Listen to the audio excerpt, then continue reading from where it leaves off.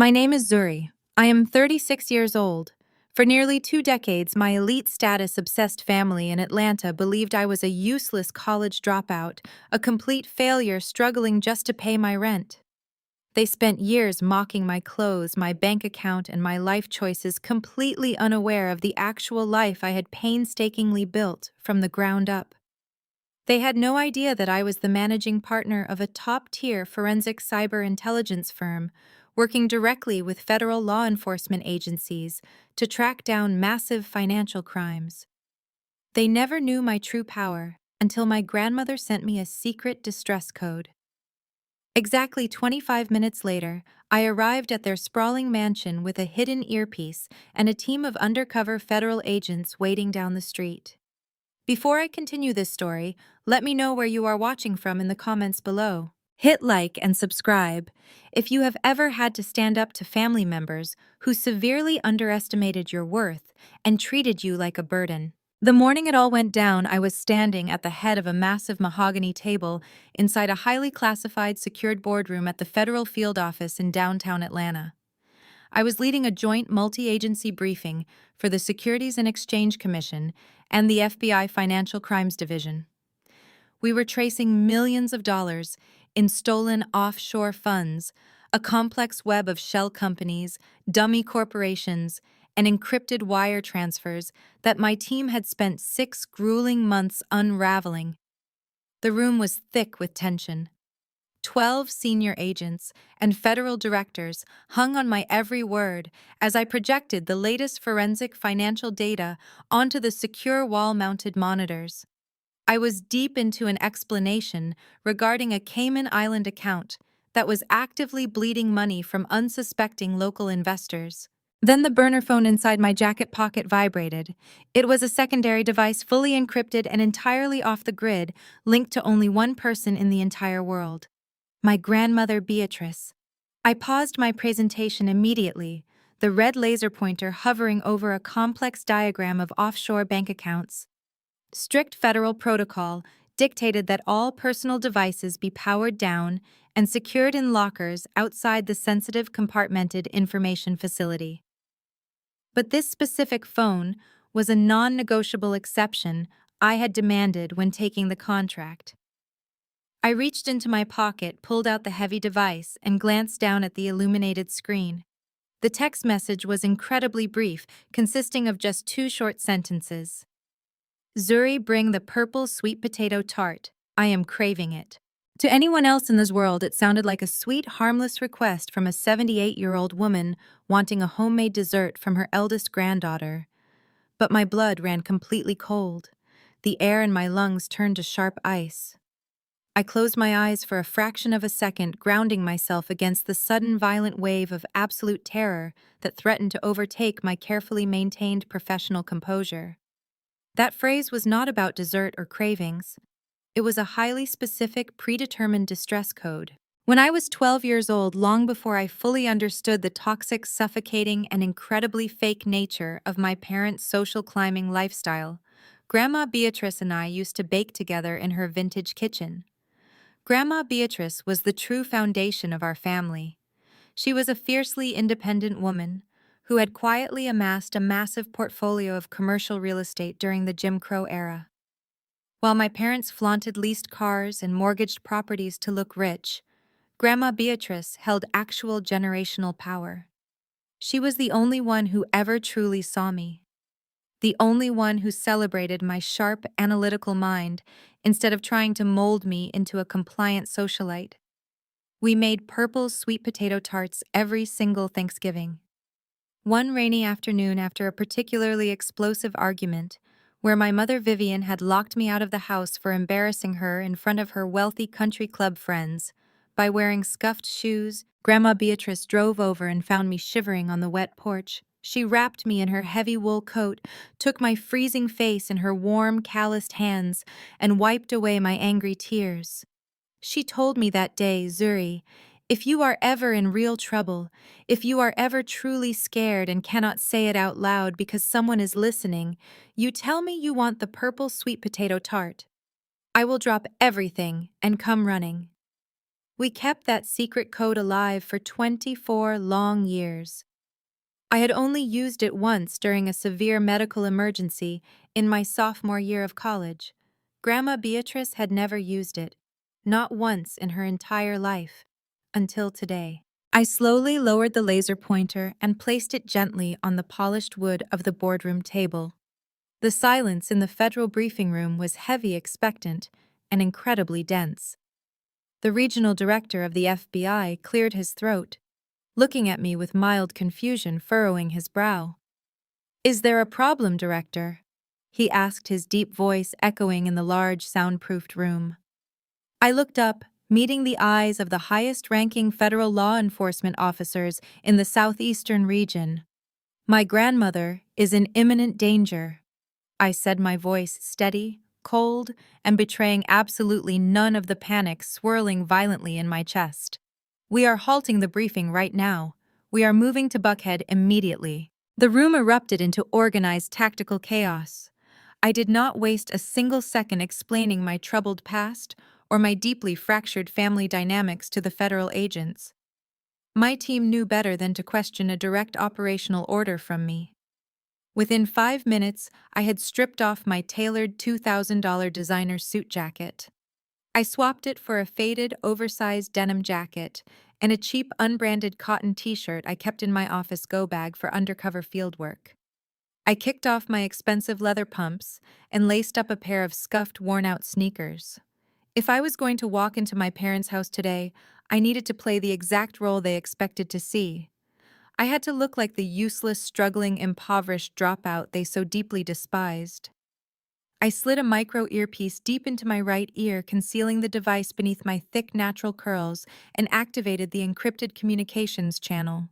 Exactly 25 minutes after receiving the terrifying text message, I pulled up to my parents' sprawling French provincial-style mansion in the highly exclusive neighborhood of Buckhead. I was driving a beat-up 10-year-old rental Toyota specifically chosen from the federal agency fleet to complete my pathetic disguise. The stark contrast between my rusted, dented vehicle and the scene unfolding at the mansion was staggering. The grand circular driveway was absolutely packed with luxury vehicles. I saw a brand new Porsche Panamera, 2 pristine white Range Rovers, and a gleaming black Bentley parked neatly near the manicured geometric hedges.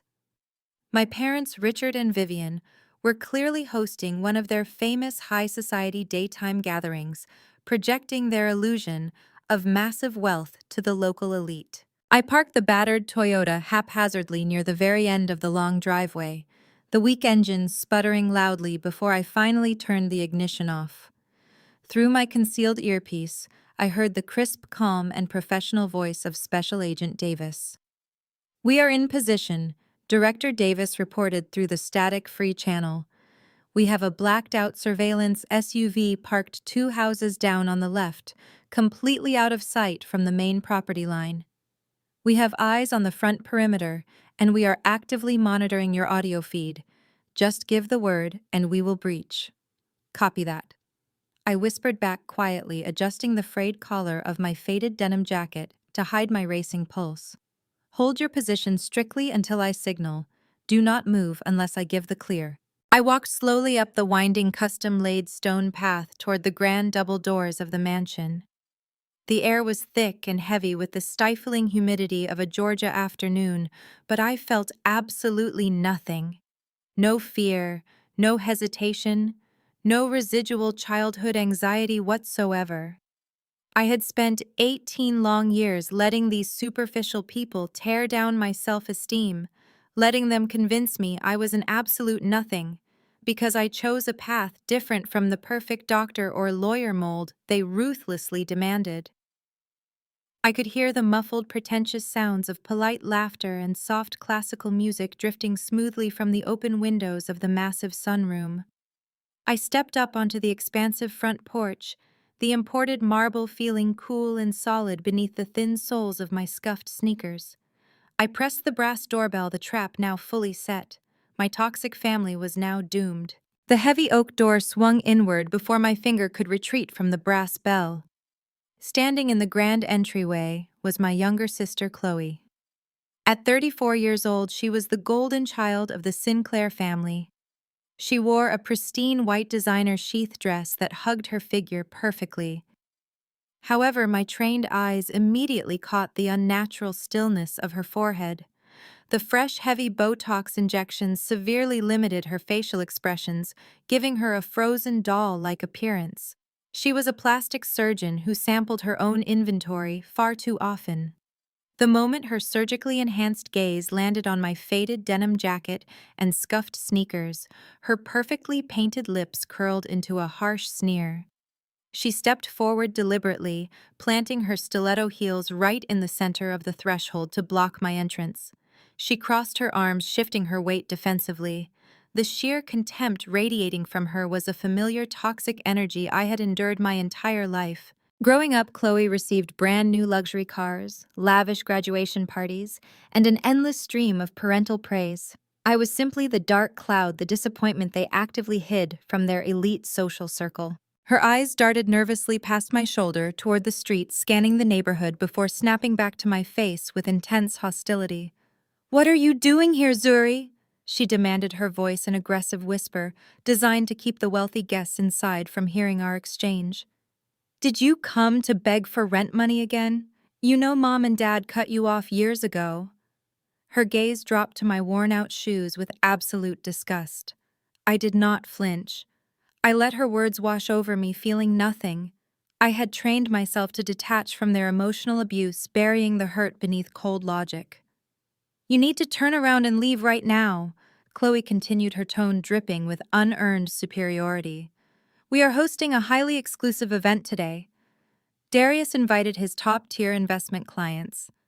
We have state senators, corporate executives, and hedge fund managers sitting in our living room right now. You cannot just show up looking like a homeless person and expect to be welcomed." She pointed a manicured finger toward the long driveway.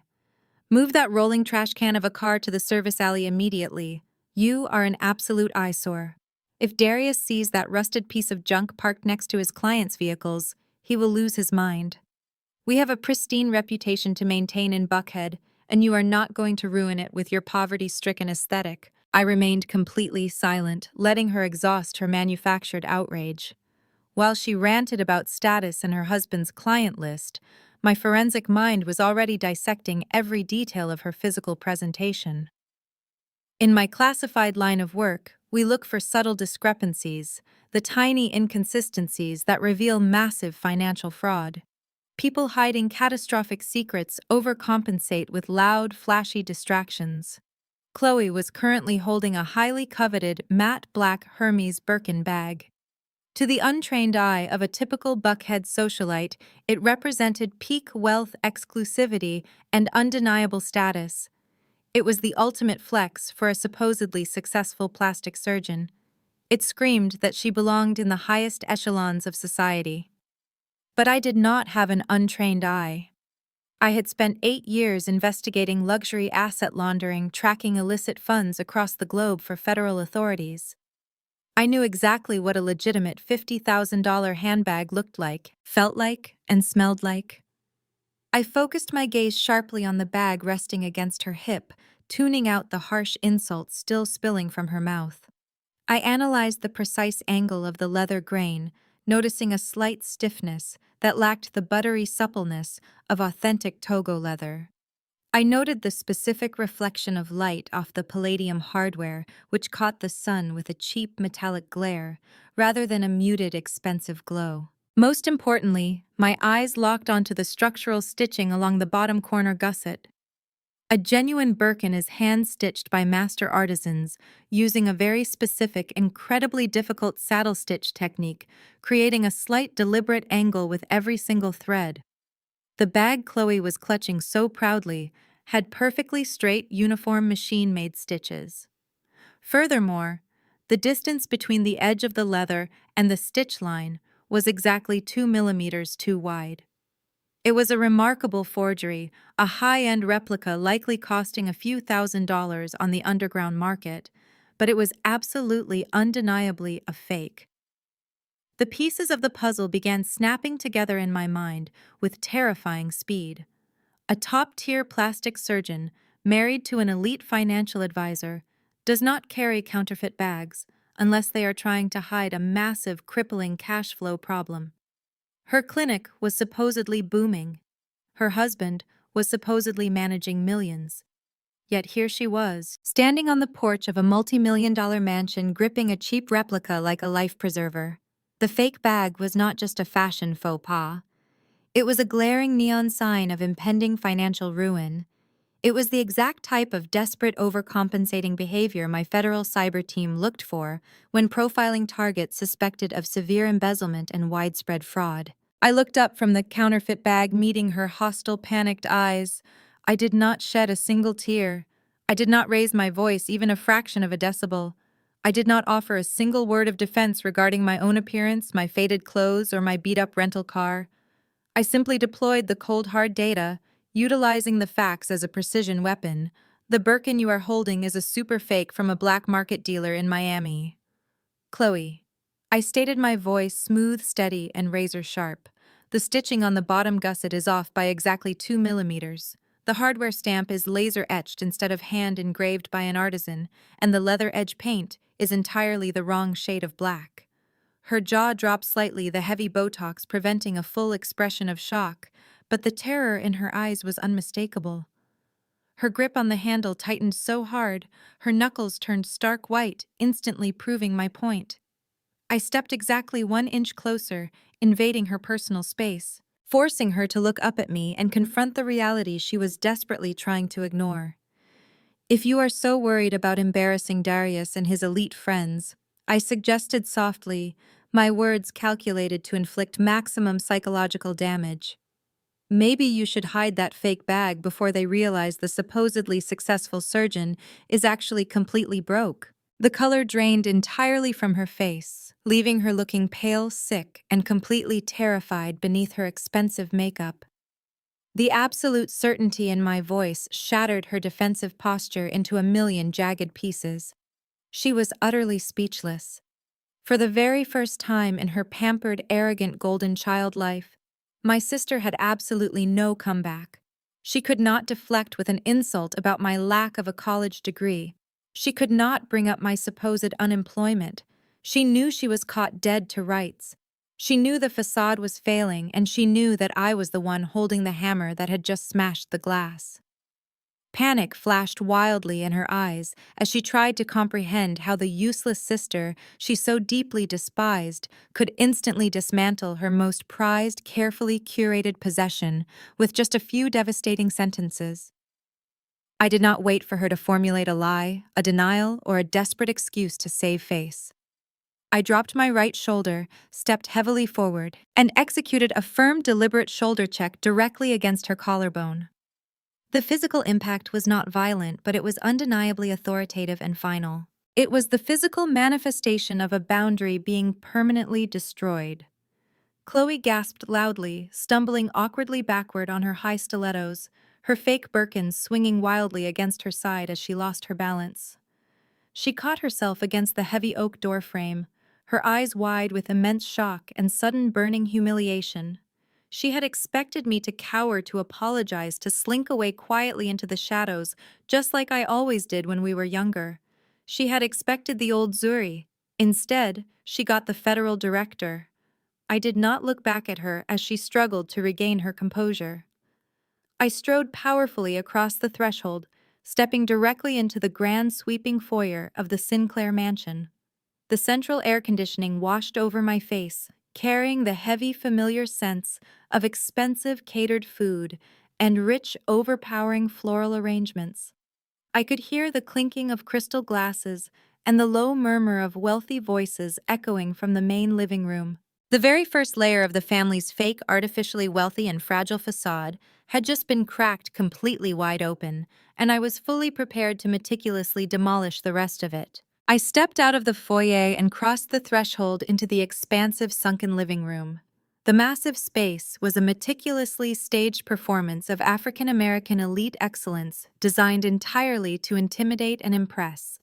Floor-to-ceiling windows bathed the room in golden afternoon sunlight, highlighting the custom velvet upholstery, the imported crystal vases overflowing with rare white orchids, and the curated collection of modern abstract art hanging perfectly straight on the pristine walls.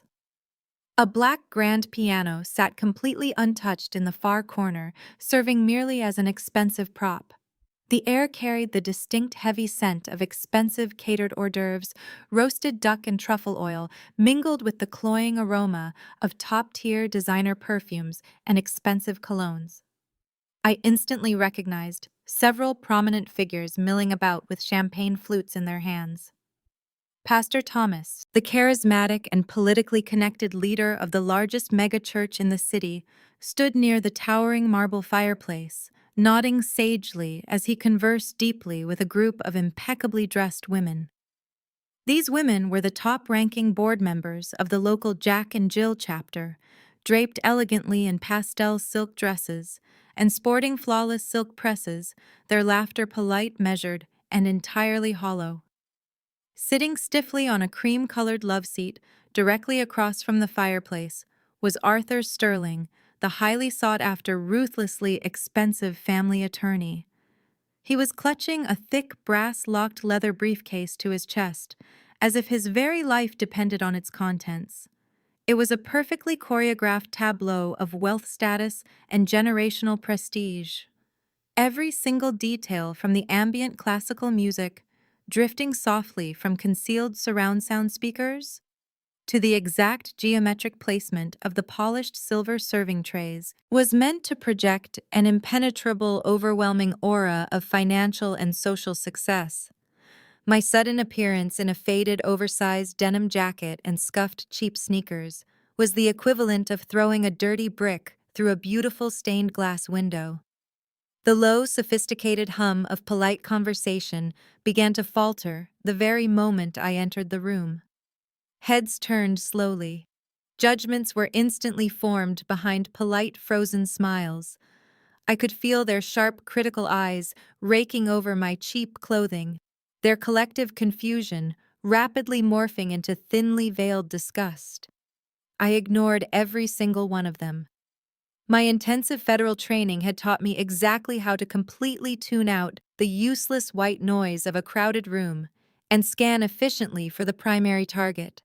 My eyes swept methodically past the prominent pastor, past the whispering socialites, and past the nervous attorney on the love seat. Then I finally saw her.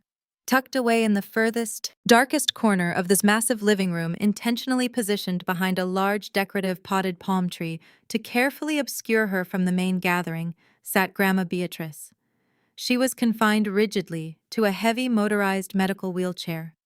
The instant my eyes locked onto her fragile, shrinking form, the cool professional detachment I had painstakingly maintained completely evaporated, replaced instantly by a massive surge of cold, calculated, and terrifying fury. I took a slow, deliberate breath, forcing my racing heart to slow down, shifting my brain entirely back into tactical forensic mode.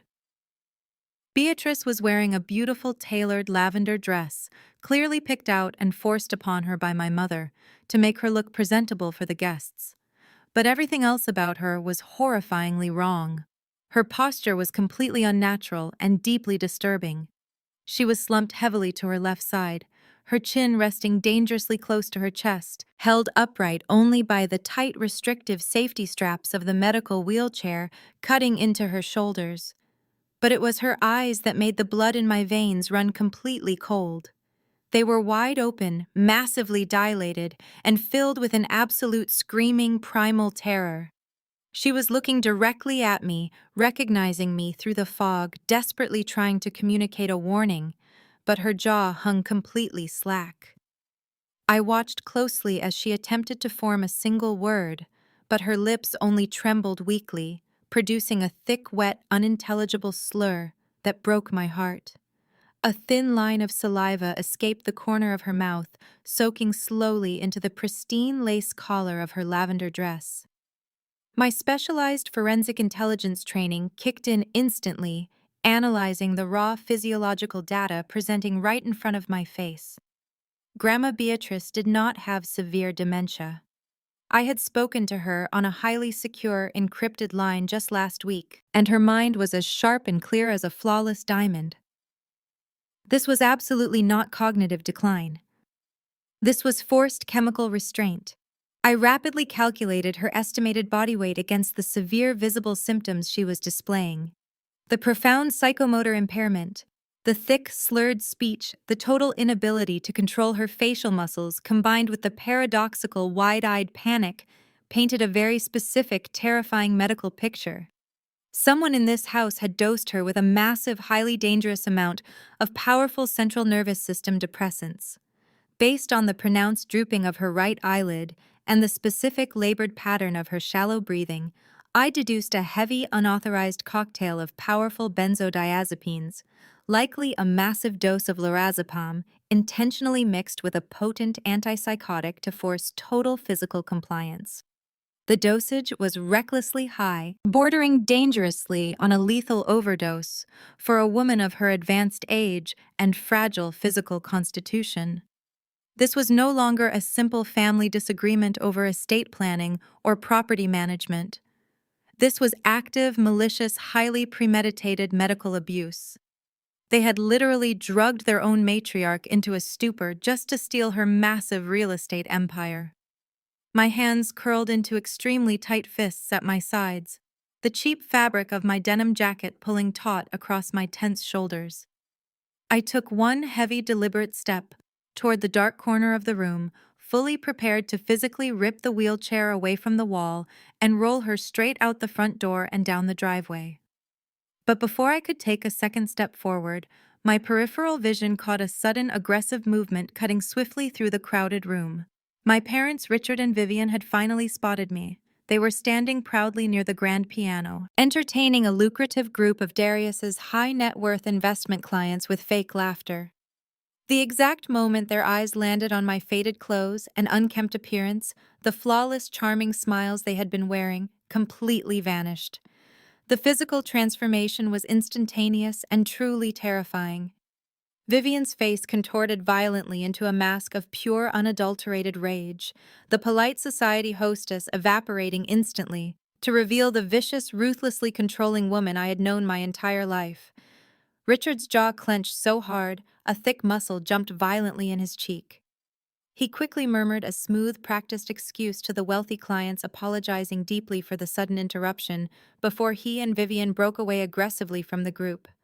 They stormed across the plush Persian rug, moving with terrifying synchronized speed, desperately trying to intercept me before I could reach the center of the room or get anywhere near Grandma Beatrice's wheelchair. Vivian reached me first. She closed the final distance with the aggressive, silent speed of a striking viper. Before I could brace my stance, she lunged forward and clamped her manicured hand violently around my right bicep. Her sharp acrylic nails dug painfully through the thick denim of my jacket, biting incredibly hard into my skin underneath. She leaned in dangerously close, pulling me sharply and roughly toward her, invading my personal space until I could clearly smell the sharp metallic tang of her expensive hairspray and the sour acrid scent of panicked sweat brewing beneath her heavy designer perfume. She was breathing hard, her chest heaving rapidly with suppressed explosive fury as she frantically glanced around the room to see if any of the elite guests were watching our tense exchange. Several of the Jack and Jill members were indeed staring openly now, holding their crystal champagne flutes suspended in mid-air, leaning in eagerly to catch the unfolding drama. "Who let the college dropout in?" Vivian hissed, her voice a toxic, venomous whisper intended only for my ears, though the sheer raw hatred in her tone seemed to radiate across the entire room. Her grip on my arm tightened significantly, turning into a painful, bruising vice grip that attempted to control my movements. "We are conducting private family business here today. You have absolutely no right to be here, you Spellman. Flunk out, disgrace." She did not wait for an answer or an explanation. She immediately threw her entire body weight against mine, attempting to physically shove me backward toward the grand foyer and force me out the heavy front doors. She used her sharp shoulder and her hip trying desperately to bulldoze me out of the elegant living room before I could cause a massive scene in front of the highly influential pastor and the sweating, panicked family attorney standing nearby. I did not stumble. Instead, I planted my scuffed sneakers firmly into the plush fibers of the Persian rug. With a swift, practiced twist of my arm, I cleanly broke her grip. Vivian gasped loudly, stumbling forward as her momentum betrayed her. I stepped neatly aside, allowing her to catch her balance against an ornate mahogany table. The brief scuffle instantly commanded the attention of the entire room. The clinking of champagne flutes ceased entirely. The heavy, suffocating silence of a dozen wealthy onlookers blanketed the grand living room. Richard realized instantly that his wife's intimidation tactic had failed spectacularly. He stepped forward to take control of the narrative. He marched purposefully toward the center of the room. He bypassed me entirely, walking directly over to the nervous family attorney Arthur Sterling, clutching his locked briefcase. Richard snatched a thick stack of legal documents from the attorney's trembling hands. He turned back around, facing the hushed room, and marched straight toward the massive marble coffee table, positioned squarely in the center of the seating area. With a deliberate theatrical flourish designed to capture attention, Richard slammed the heavy stack of papers violently onto the solid marble surface. The loud, sharp crack echoed through the space like a gunshot, making several pastel-clad board members jump nervously in their seats. Richard stood tall, adjusting the lapels of his custom suit jacket, turning his body slightly so he could address the entire room rather than just speaking to me. He was putting on a show, establishing a false narrative for his wealthy peers to consume and validate. As many of you know, Richard announced, his deep baritone voice carrying easily across the silent room, projecting a carefully manufactured tone of deep paternal sorrow. This family has been dealing with an incredibly tragic and private medical crisis over the past several months. He gestured solemnly toward the dark corner of the room where Grandma Beatrice sat trapped in her motorized wheelchair. My beloved mother-in-law, Beatrice the matriarch who built so much for all of us, has unfortunately suffered a rapid and catastrophic cognitive decline. A collective gasp of manufactured sympathy rippled through the elite crowd. Pastor Thomas shook his head sorrowfully, clasping his hands together in a practiced display of pastoral grief. Richard paused, letting the lie settle deeply into the minds of the influential guests. The doctors have confirmed that she is suffering from severe advanced dementia. He lied flawlessly, his face a perfect mask of tragic resignation. She is completely incapable of managing her own daily care, let alone overseeing the complex operations of her massive commercial real estate empire. It breaks our hearts to see her mind deteriorate this way. Because of this tragic reality, we are executing emergency protective measures today. We are formally transferring full, irrevocable power of attorney over all of Beatrice's financial accounts, trust funds, and commercial properties. He turned and gestured grandly toward Darius. My brother-in-law, standing proudly by the fireplace, puffed out his chest, trying to look appropriately solemn and capable. Darius, my highly respected son-in-law and a top-tier financial advisor, will be taking complete control of the estate to ensure her legacy is fiercely protected. Darius nodded confidently to the room, acknowledging the murmurs of approval from his high-net-worth clients. The entire scene was a masterclass in gaslighting and financial theft, wrapped tightly in the respectable guise of family duty.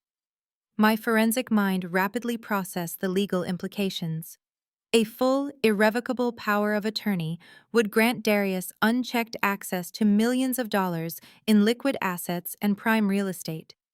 Given his known association with the fraudulent Cayman Island shell companies, my federal team was currently investigating transferring those assets to Darius, meant the money would completely vanish within 48 hours. They were essentially executing a massive corporate heist in broad daylight, using a drugged, helpless elderly woman as their golden ticket. Richard finally turned his attention directly to me, the fake sorrow completely vanishing from his eyes, replaced by hard, ruthless contempt. He picked up a heavy, gold-plated fountain pen from the marble coffee table, and marched aggressively into my personal space. He shoved the pen violently toward my chest, forcing me to take a slight step back to avoid the sharp gold nib. "We are finalizing the transfer right now," Richard demanded, dropping his volume so only I and the closest guests could hear the raw extortion in his voice. "But there is one minor legal technicality standing in the way of securing your grandmother's future. You hold a 5% honorary share in the primary holding company. She gave it to you when you turned 18, back when the old bat was actually in her right mind and mistakenly thought you might amount to something." He stepped closer, trying to use his height to physically intimidate me, completely unaware that I had interrogated international cyber terrorists who were infinitely more frightening than a corrupt Atlanta socialite. "I need you to sign that 5% share over to Darius immediately," Richard hissed, his face flushing dark red with barely contained impatience. "Look at yourself, Zuri. You are completely unemployed. You live in a tiny, run-down apartment. You wear absolute rags. You do not understand the first thing about high-level wealth management, corporate structuring, or financial asset protection. If you try to hold on to those shares, you will just ruin them. You will drag this family down even further than you already have." He grabbed the top document from the stack on the marble table and shoved it aggressively against my chest alongside the gold pen. "Sign the relinquishment form right now, Zuri. Sign the shares over to Darius so we can finalize this trust. If you refuse or if you cause a scene in front of my guests, I will not hesitate to call the local authorities. I will have you violently arrested and dragged out of this neighborhood in handcuffs for criminal trespassing. You have absolutely no legal right to be inside my home. Sign the paper and leave." The surrounding wealthy guests watched our tense interaction with eager, thinly veiled fascination. I could hear their soft, judgmental whispers fluttering through the quiet room like a swarm of angry hornets. Several of the elite women nodded in firm agreement with Richard, leaning their heads together to gossip. "It truly is so sad," one of the Jack and Jill socialites murmured loudly enough for me to hear. "The eldest daughter is such an absolute failure. Richard is doing the right thing by taking control. She would just squander the money anyway. It is a blessing they have a successful man like Darius to step in and save the estate." I completely ignored the gold pen hovering inches from my chest. I did not blink, I did not speak, and I did not acknowledge Richard's pathetic threats of arrest. I smoothly sidestepped him, leaving him holding the document and the pen in empty air. I walked slowly, calmly, and with absolute deliberate purpose across the thick Persian rug, heading straight toward the dark corner where Grandma Beatrice was hidden. The guests parted nervously as I approached, stepping back to avoid making any physical contact with my faded denim jacket.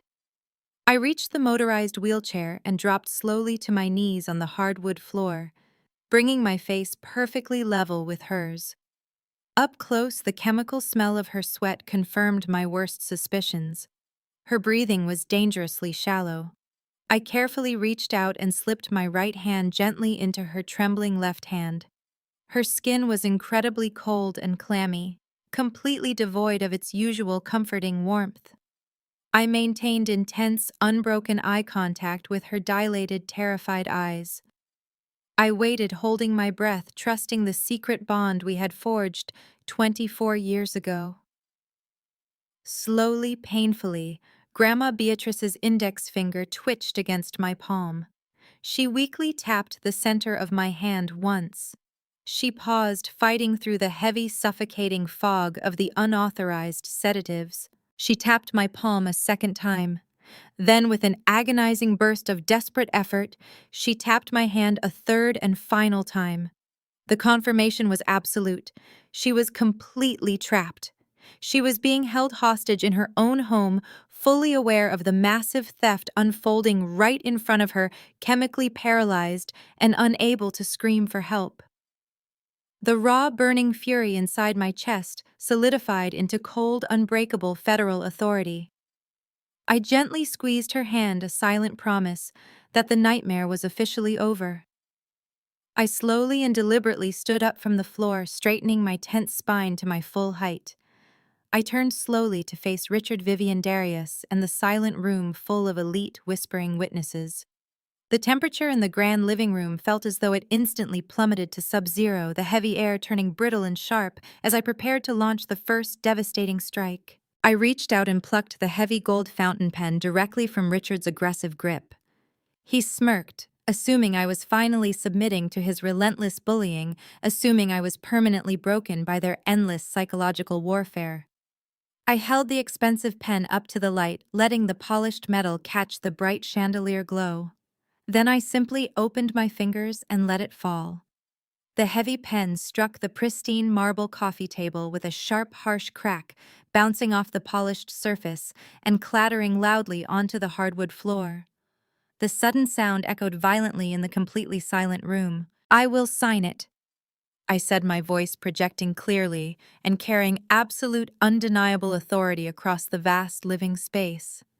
Every single eye in the room locked onto me. I will sign the relinquishment forms right after Darius explains to every single person in this room why exactly $2 million of Grandma Beatrice's primary retirement fund magically evaporated into a Cayman Island offshore shell company exactly 3 days before his lavish destination wedding. A collective synchronized gasp erupted from the wealthy Jack and Jill socialites standing near the fireplace. Pastor Thomas spilled a generous splash of expensive champagne onto his pristine clerical collar, his eyes widening in pure, unadulterated shock. The air in the room suddenly turned electric, charged heavily with the dangerous, unpredictable energy of a massive career-ending scandal breaking in real time. The smug, arrogant smirk that Darius had worn since I walked through the front door vanished instantly. It was completely wiped away, replaced immediately by a sudden, rigid stiffness that paralyzed his entire body. He swallowed incredibly hard, his Adam's apple bobbing nervously against his tightly knotted silk tie. He quickly reached up and adjusted the knot, a classic physical tell of sudden, overwhelming psychological stress. He took 2 heavy steps forward, puffing out his broad chest, attempting to physically dominate the space and violently regain control of the shifting narrative. He plastered a condescending, patronizing smile onto his sweating face, attempting desperately to play the role of the patient, highly educated professional dealing with an unruly, chronically ignorant relative. "Please forgive my sister-in-law, everyone," Darius announced, his voice excessively loud, trying desperately to project ultimate confidence while completely masking the slight, uncontrollable tremor vibrating beneath his words. "She is completely financially illiterate. She has been unemployed for years and simply does not understand the intense complexities of modern wealth management. What she is attempting to wildly mischaracterize today is a perfectly standard, highly regulated, diversified portfolio restructuring. We routinely move liquid assets into high-yield offshore vehicles to maximize tax efficiency and carefully shield capital for our exclusive clients. It is standard fiduciary practice, nothing more." He chuckled, a dry, deeply nervous sound that echoed poorly in the increasingly tense room. "Zuri, you really should not throw around insane accusations when you have absolutely no idea how global finance actually works in the real world." I did not let him finish his prepared, heavily rehearsed gaslighting routine. I cut him off mid-sentence with the surgical precision of a freshly sharpened scalpel. "Diversified portfolio restructuring." I fired back, my voice turning into a highly weaponized blade. My delivery was absolute, purely clinical, and entirely stripped of all emotional hesitation. "Let us discuss your specific version of standard fiduciary practice, Darius. Let us talk about the specific SWIFT transfer routing number. 00489, Delta Tango 7. Let us talk about the receiving entity. Apex Holdings Limited, a completely anonymous, unlisted shell corporation registered to a vacant post office box in Grand Cayman. Let us talk about the exact execution date. October 12th, exactly 72 hours before you and Chloe chartered a massive Gulfstream jet to St. Bart's for a wedding celebration you absolutely could never afford on your legitimate, strictly regulated advisory firm salary. The blood drained completely from Darius's face, leaving him looking like a terrified ghost. The wealthy guests standing directly around him, many of whom were his primary high-net-worth investment clients, suddenly stiffened in absolute horror. The polite society whispers instantly transformed into harsh, urgent murmurs of deep, incredibly dangerous suspicion. Darius opened his mouth to speak, but absolutely no words came out. He was completely paralyzed by the sudden, violently precise influx of classified financial data coming directly from the mouth of a woman he firmly believed was a penniless, uneducated dropout. I did not stop or slow my momentum. I stepped confidently around the heavy marble table, aggressively closing the physical distance between us, forcing him to retreat a clumsy half-step backward onto the plush Persian rug. You initiated a massive wire transfer of $2 million, utilizing a restricted Level 4 encrypted digital portal. I continued, my voice steady, ice-cold, and echoing, with the undeniable crushing weight of absolute truth. You purposefully bypassed the standard internal compliance checks at your prestigious brokerage firm by falsely classifying the transaction as a high-risk private equity venture. You deliberately and maliciously falsified the signature on the authorization form, poorly mimicking my grandmother's handwriting, because you knew she would never legally approve such a reckless, illegal transfer of her hard-earned generational wealth. You actually thought you covered your tracks perfectly. You arrogantly thought using an offshore proxy would render the stolen funds completely untraceable to domestic law enforcement agencies. You intentionally routed the money through a secondary dummy corporation in the Bahamas before it finally settled in your personal Cayman account, effectively layering the fraudulent transaction to thoroughly hide the original illegal source of the stolen funds. Darius began to sweat profusely. Thick, heavy beads of perspiration formed rapidly on his forehead and upper lip, completely ruining his perfectly groomed, highly expensive appearance. His panicked eyes darted wildly around the room, desperately seeking an immediate escape route, a friendly face, or any possible way to violently deflect the catastrophic, highly public implosion of his professional and personal life. He looked desperately at Richard, but my father was frozen firmly in place, staring at me with a complex mixture of total disbelief and dawning absolute horror. Richard simply could not comprehend how I possessed this highly sensitive, deeply buried financial information. You committed massive federal wire fraud, Darius the Fur stated clearly, ensuring every single syllable reached the attentive ears of his wealthy clients. You committed massive embezzlement, severe elder financial abuse, and a blatant textbook breach of your sworn fiduciary duty. And you did it entirely to fund a lavish, incredibly fake lifestyle to impress the very people standing in this room right now. You stole directly from an elderly, defenseless woman to buy bespoke designer suits, lease exotic luxury cars, and throw massive parties you had absolutely no business hosting. The reaction from the crowd was incredibly immediate and utterly devastating. An older, distinguished gentleman standing near the grand piano, a retired corporate CEO, who I specifically knew had invested his entire massive retirement portfolio with Darius's firm, stepped aggressively forward, his face flushed with sudden, righteous, explosive anger. "Darius, is this absolutely true?" The man demanded, his voice shaking violently with pure fury. "Did you illegally move my personal assets into these offshore shell companies too?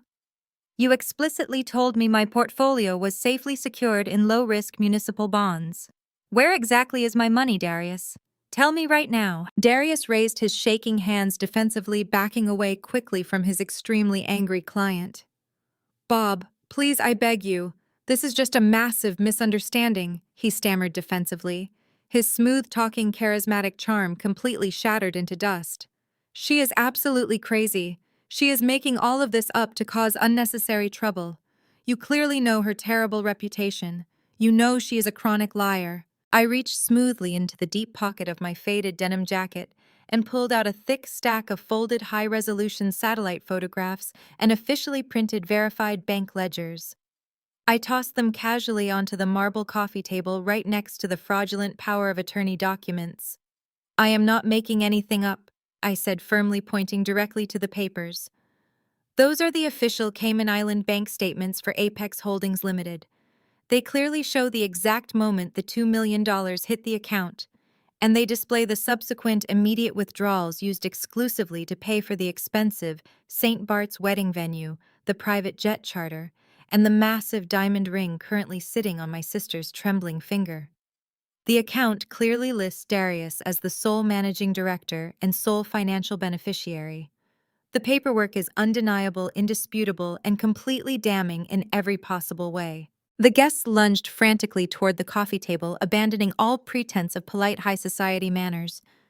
The retired CEO snatched up the bank statements, his eyes scanning the highlighted numbers with growing absolute terror. "Oh, my dear God," he whispered loudly, his face turning a sickening shade of gray. He really did it. He stole the money. He stole everything. The room erupted into total uncontrollable chaos. The elegant, meticulously staged performance of African-American elite excellence shattered violently into a million irreparable pieces.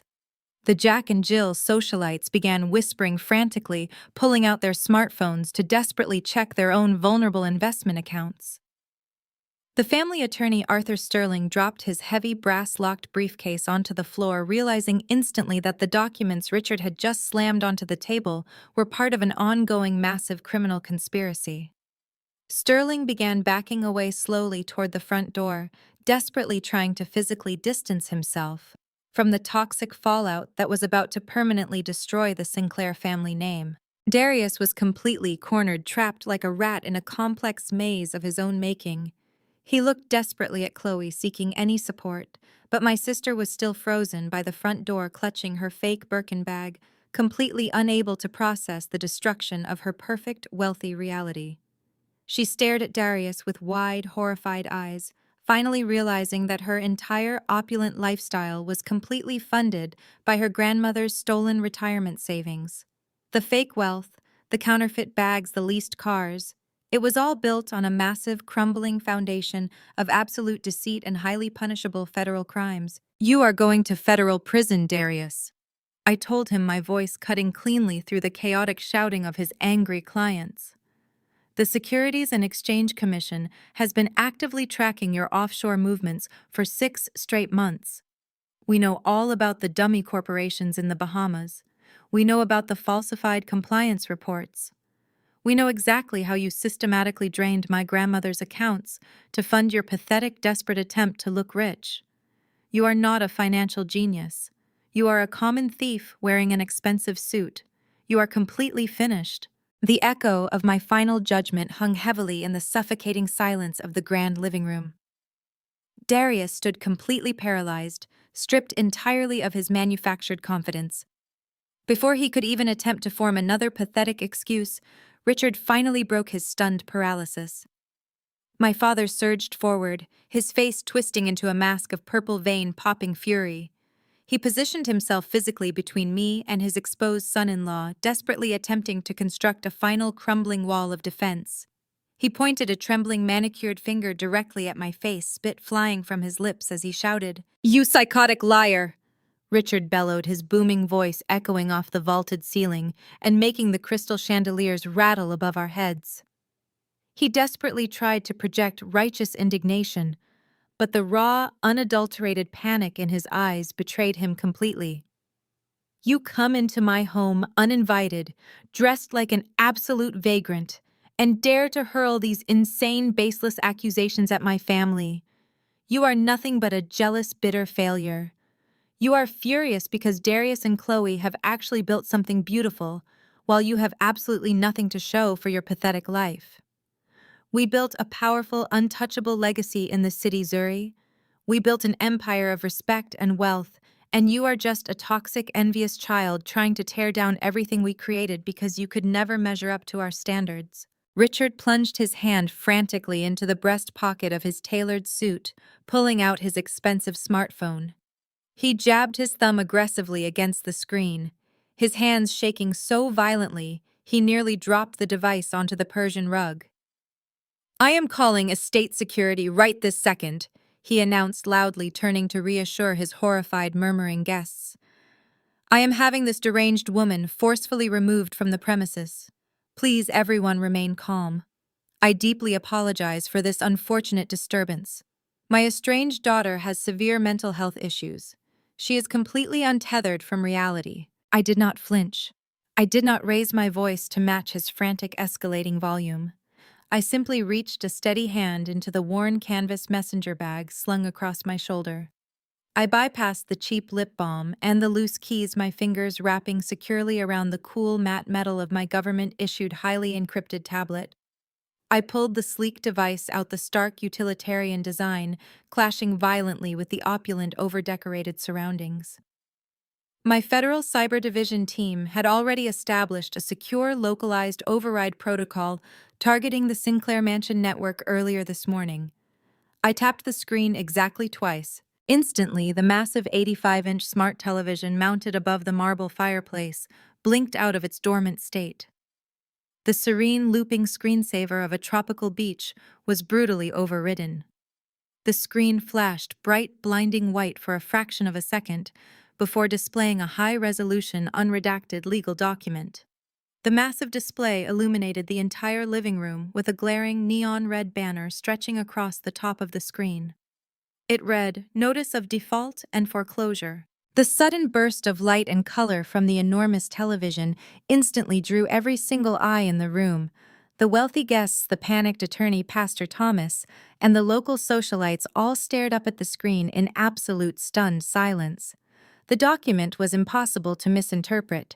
It clearly listed the exact address of the Sinclair Mansion, detailed multiple missed mortgage payments spanning the last 14 months, and formally declared the impending seizure of the property by a major national bank. A legacy. Dad, I asked softly, my voice easily cutting through the heavy, terrified silence of the room. Let us talk about your untouchable legacy. Let us talk about the absolute fiction you have been selling to every single person standing in this living room today. Richard slowly lowered his smartphone, the screen going black in his trembling hand.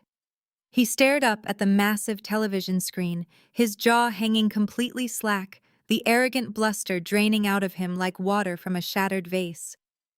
He looked physically ill, his skin turning a sickly pale shade of gray. I turned away from his horrified face and locked my gaze directly onto my mother. Vivian was standing rigidly near the grand piano, her knuckles completely white as she gripped the polished mahogany edge for physical support. She had spent my entire life wielding my supposed failures as a weapon, using my shortcomings to elevate her own fragile sense of superiority.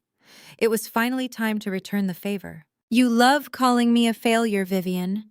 I stated, my words ringing with cold, absolute clarity. You love bringing up my academic record. You love reminding everyone in your elite social circle that I am a Spelman dropout. You use it as your favorite cocktail party anecdote to generate fake sympathy from your wealthy friends. I took a slow, deliberate step toward her, forcing her to hold my unwavering gaze. Why do you not tell the good Pastor Thomas exactly why I had to leave Spelman during my sophomore year? Why do you not explain to the esteemed board members of your local Jack and Jill chapter how you completely drained my $50,000 tuition fund? Vivian gasped sharply, taking a stumbling step backward. Her pristine facade was cracking violently, her eyes wide with a frantic, animalistic terror. The socialites standing nearby instantly recoiled from her, their expressions twisting from polite confusion into genuine, unmasked shock. She did not drop out because she was failing, Pastor, I continued, keeping my eyes entirely locked on Vivian. She dropped out because her mother secretly siphoned every single penny out of her dedicated educational trust. You forged my signature on the withdrawal slips, Vivian.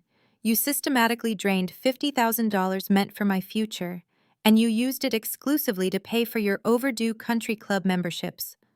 You stole your own daughter's education, just so you could keep up appearances, play tennis on Tuesdays, and drink expensive mimosa cocktails with women you secretly despise.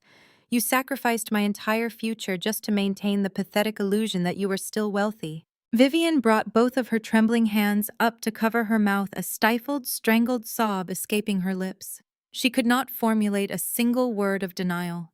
The absolute precise truth of my accusation, combined with the crushing, unbearable weight of public exposure, shattered her completely. The elite women she had spent decades trying to impress were now looking at her with undisguised revulsion. She was no longer the queen of Buckhead society. She was an exposed, desperate thief. But that was just the beginning of the legacy. I continued pivoting smoothly back to face Richard. Let us address the real reason this family is currently facing total financial annihilation. Let us talk about the real reason you are desperately trying to force an illegal power of attorney over Grandma Beatrice today. Richard raised a shaking hand, his voice a pathetic broken rasp. Zuri, please stop. Do not do this. Do not destroy us. You destroyed yourselves, I replied coldly, feeling absolutely no pity for the man who had enabled my mother's cruelty and facilitated my grandmother's abuse. I tapped my tablet screen one more time. The massive television display shifted instantly. The foreclosure notice was replaced by a highly detailed, incredibly complex financial ledger. It displayed a series of massive unregulated wire transfers directed to known illicit gambling syndicates operating deep within the digital black market. You love presenting yourself as a brilliant conservative businessman, Richard, I said, raising my voice to ensure the wealthy clients in the room heard every single detail. But you have a crippling, catastrophic gambling addiction. You have spent the last 4 years quietly hemorrhaging millions of dollars in unregulated underground digital casinos. You completely liquidated your own retirement accounts. You secretly mortgaged this house to the absolute maximum limit, which is why it is currently in active foreclosure. And when you finally ran out of your own money, you decided to steal from your own mother. The room was so quiet I could hear the erratic, shallow breathing of the terrified attorney sitting on the love seat. I pointed a steady finger directly at Richard's chest. Just last week, you illegally leveraged Grandma Beatrice's primary commercial land holdings. You forged her signature on a massive high-interest bridge loan to pay off $800,000 in violent underground gambling debts. You owed dangerous, incredibly violent people a massive amount of money, and you used your elderly, defenseless mother's legacy to save your own pathetic life. That is the only reason you need Darius to take over her estate today. You need him to launder the remaining assets to cover your criminal tracks. You need him to officially sanction the theft you have already committed. Pastor Thomas took a heavy step backward, literally distancing himself from Richard, as if my father had suddenly contracted a highly contagious lethal disease. The prominent attorney, Arthur Sterling, scrambled frantically to his feet. He abandoned all pretense of professional decorum, grabbed his heavy brass-locked briefcase, and bolted directly toward the front door, desperate to avoid any legal association with the catastrophic federal crimes I had just laid bare. The facade of the perfect elite Sinclair parents was completely annihilated. It lay in a million jagged, irreparable pieces across their expensive Persian rug. Vivian was openly weeping, now her face buried in her hands, her shoulders shaking violently with the unbearable weight of total public humiliation. Richard stood completely frozen, his eyes vacant and dead, staring blankly at the massive television screen displaying his undeniable absolute ruin. They had spent their entire lives obsessing over status, wealth, and the perception of elite perfection. They had sacrificed their own daughter to maintain the illusion, and they had drugged their own matriarch to fund the deception. I looked around the grand living room, meeting the shocked, disgusted eyes of every single wealthy guest. The silence was absolute, heavy with the crushing reality of what had just transpired. The toxic generational rot of the Sinclair family had finally been exposed to the harsh, unforgiving light of day. I slowly lowered my tablet, slipping it safely back into my faded canvas bag. I had not just broken their fragile facade. I had meticulously, completely, and permanently burned their entire fake empire to the ground. I felt absolutely nothing but cold, clinical satisfaction. The truth had finally been spoken, and the ultimate reckoning had only just begun. The silence following my parents' total destruction was suddenly shattered by a high-pitched, guttural shriek.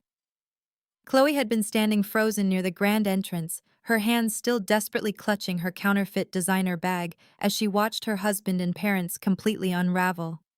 The undeniable reality of their massive financial crimes had temporarily paralyzed her. But as the sheer weight of the absolute humiliation finally registered in her pampered, deeply arrogant mind, her temporary paralysis violently transformed into blind, uncontrollable rage. She could not handle the devastating collapse of her perfect, heavily curated elite reality. She refused to accept that the sister she had mocked and belittled for her entire existence was the exact person systematically dismantling her entire universe. With a sudden explosive burst of hysterical energy, Chloe dropped her fake handbag onto the hardwood floor and charged directly across the living room. She lunged at me with her manicured hands raised like claws, her face contorted into an ugly, unfamiliar mask of pure hatred. Her expensive stiletto heels dug harshly into the thick Persian rug as she closed the distance between us. "You are making this up!" she screamed, her voice cracking wildly, echoing off the high vaulted ceilings of the mansion. "You are a psychotic, jealous liar. You fabricated those bank statements. You manufactured that foreclosure notice. You are just a bitter, ugly nobody who wants to destroy us because you could never be us." She was completely unhinged, spittle flying from her perfectly painted lips as she aggressively swung her arms in my direction. "I am a highly respected plastic surgeon. I have built a thriving elite medical practice from the ground up. I am an absolute pillar of this community. I save lives and restore beauty every single day while you do absolutely nothing but wallow in your own pathetic, miserable poverty." Her frantic, violent energy was entirely chaotic and desperately uncoordinated. She swung her right hand directly toward my face, aiming her sharp, heavily jeweled fingers right at my eyes. I did not flinch, and I certainly did not retreat a single inch. My specialized tactical training made intercepting her clumsy, hysterical attack incredibly effortless. I calmly raised my left arm, moving with precise, calculated speed, and effortlessly caught her slender wrist in midair. My grip was like a vise of solid iron, instantly halting her aggressive forward momentum. Chloe gasped loudly, her eyes widening in sudden shock, as the sheer, undeniable physical disparity between us became instantly apparent. I was not the meek, silent sister she remembered from our childhood. I was a highly trained federal operative, and her pathetic attempt at physical violence was genuinely laughable. I held her wrist firmly for exactly 3 seconds, forcing her to look directly into my cold, completely uncompromising eyes. I let her fully register her absolute powerlessness before I shoved her firmly and decisively backward. I did not use excessive force, but the calculated shove was authoritative enough to send her stumbling awkwardly backward on her high heels. She desperately flailed her arms, trying to regain her compromised balance, eventually colliding heavily against the plush cushions of a nearby armchair. She gasped for air, her chest heaving as she glared up at me with wide, terrified eyes. The remaining guests in the room watched the physical altercation in absolute stunned silence, completely paralyzed by the rapid, violent unraveling of the Sinclair family's golden child. I did not give her a single moment to recover her shattered dignity or formulate another pathetic, screaming denial. I kept my eyes locked entirely on her pale, sweating face as I slowly and deliberately raised my encrypted tablet. I tapped the glowing digital screen exactly 1 time. Instantly, the massive 85-inch smart television mounted above the fireplace shifted its display. The damning financial ledgers exposing my father's severe gambling addiction disappeared completely instantly, replaced by a stark, highly official legal document bearing the unmistakable authoritative crest of the State Medical Board of Georgia. The sudden bright illumination of the screen cast a harsh, unforgiving light across Chloe's terrified face. "You are a disgraced criminal fraud, Chloe," I stated, my voice ringing with cold, clinical, and absolutely devastating precision. "You are not a respected surgeon. You are not a pillar of any elite community." I pointed a steady, unwavering finger directly at the massive television screen, displaying her absolute professional ruin. The document displayed behind me is a formal immediate notice of revocation.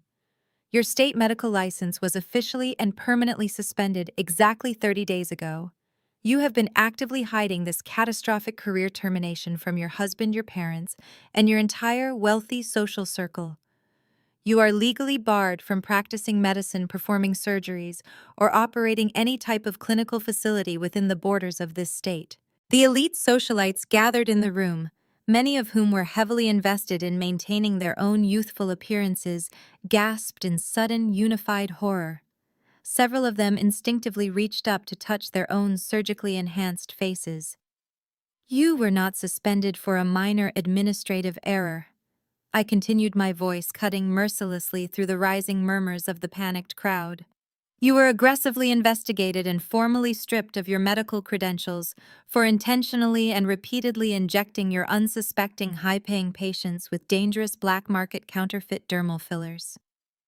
You actively bypass legitimate medical suppliers to save money, purchasing highly toxic, unapproved chemical substances from international smuggling syndicates, and you knowingly injected those unregulated toxins directly into the faces of the very women standing in this room today. The reaction from the wealthy guests was instantaneous and highly explosive. A prominent local news anchor who had famously endorsed Chloe's elite medical spa on live television let out a sharp, horrified shriek.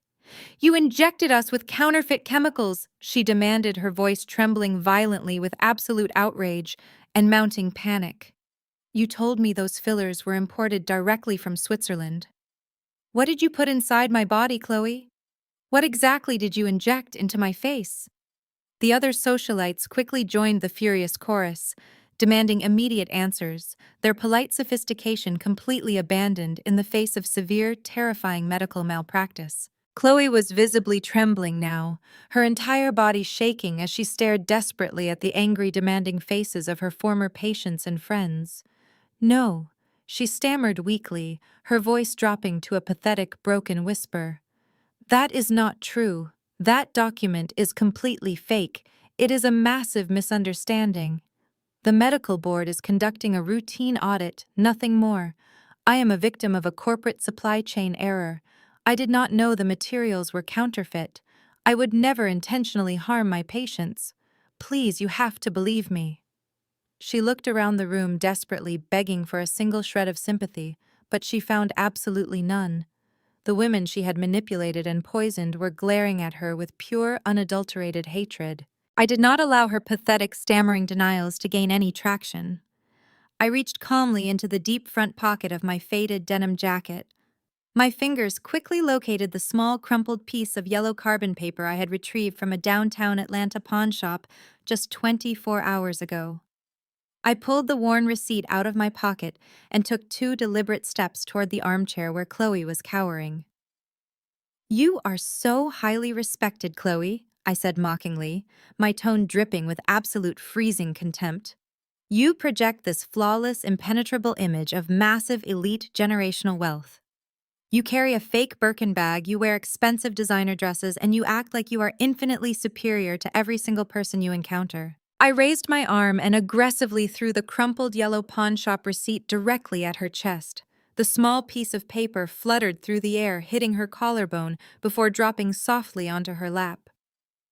"But the absolute truth is that you are completely broke," I stated, my words striking her like physical blows. "You are so entirely bankrupt, so utterly desperate to maintain your pathetic fake lifestyle that you resorted to robbing your own disabled grandmother. You intentionally stole Grandma Beatrice's priceless vintage heirloom emerald ring right off her finger last Tuesday afternoon. You removed it from her hand while she was heavily sedated, and you took it straight to a shady underground pawnshop in the warehouse district." Chloe stared down at the yellow receipt resting on her lap, her eyes widening in absolute paralyzing terror. She could not speak. She could not breathe. She knew she was completely trapped, caught dead to rights with undeniable physical evidence of her malicious theft. "You pawned a cherished family heirloom," I continued, my voice echoing relentlessly in the room. "You stole Grandma's heirloom emerald ring last Tuesday to make the lease payment on your rented Porsche, Furthermore, you currently owe exactly $1.5 million in outstanding medical supply debt. Your fake empire is gone. Chloe collapsed entirely onto the plush sofa, sobbing uncontrollably into her hands. The sound of my sister weeping uncontrollably echoed through the vast space, but my systematic dismantling was far from over. The guests were paralyzed, trapped in shock. The suffocating tension was broken by a frantic movement near the entrance.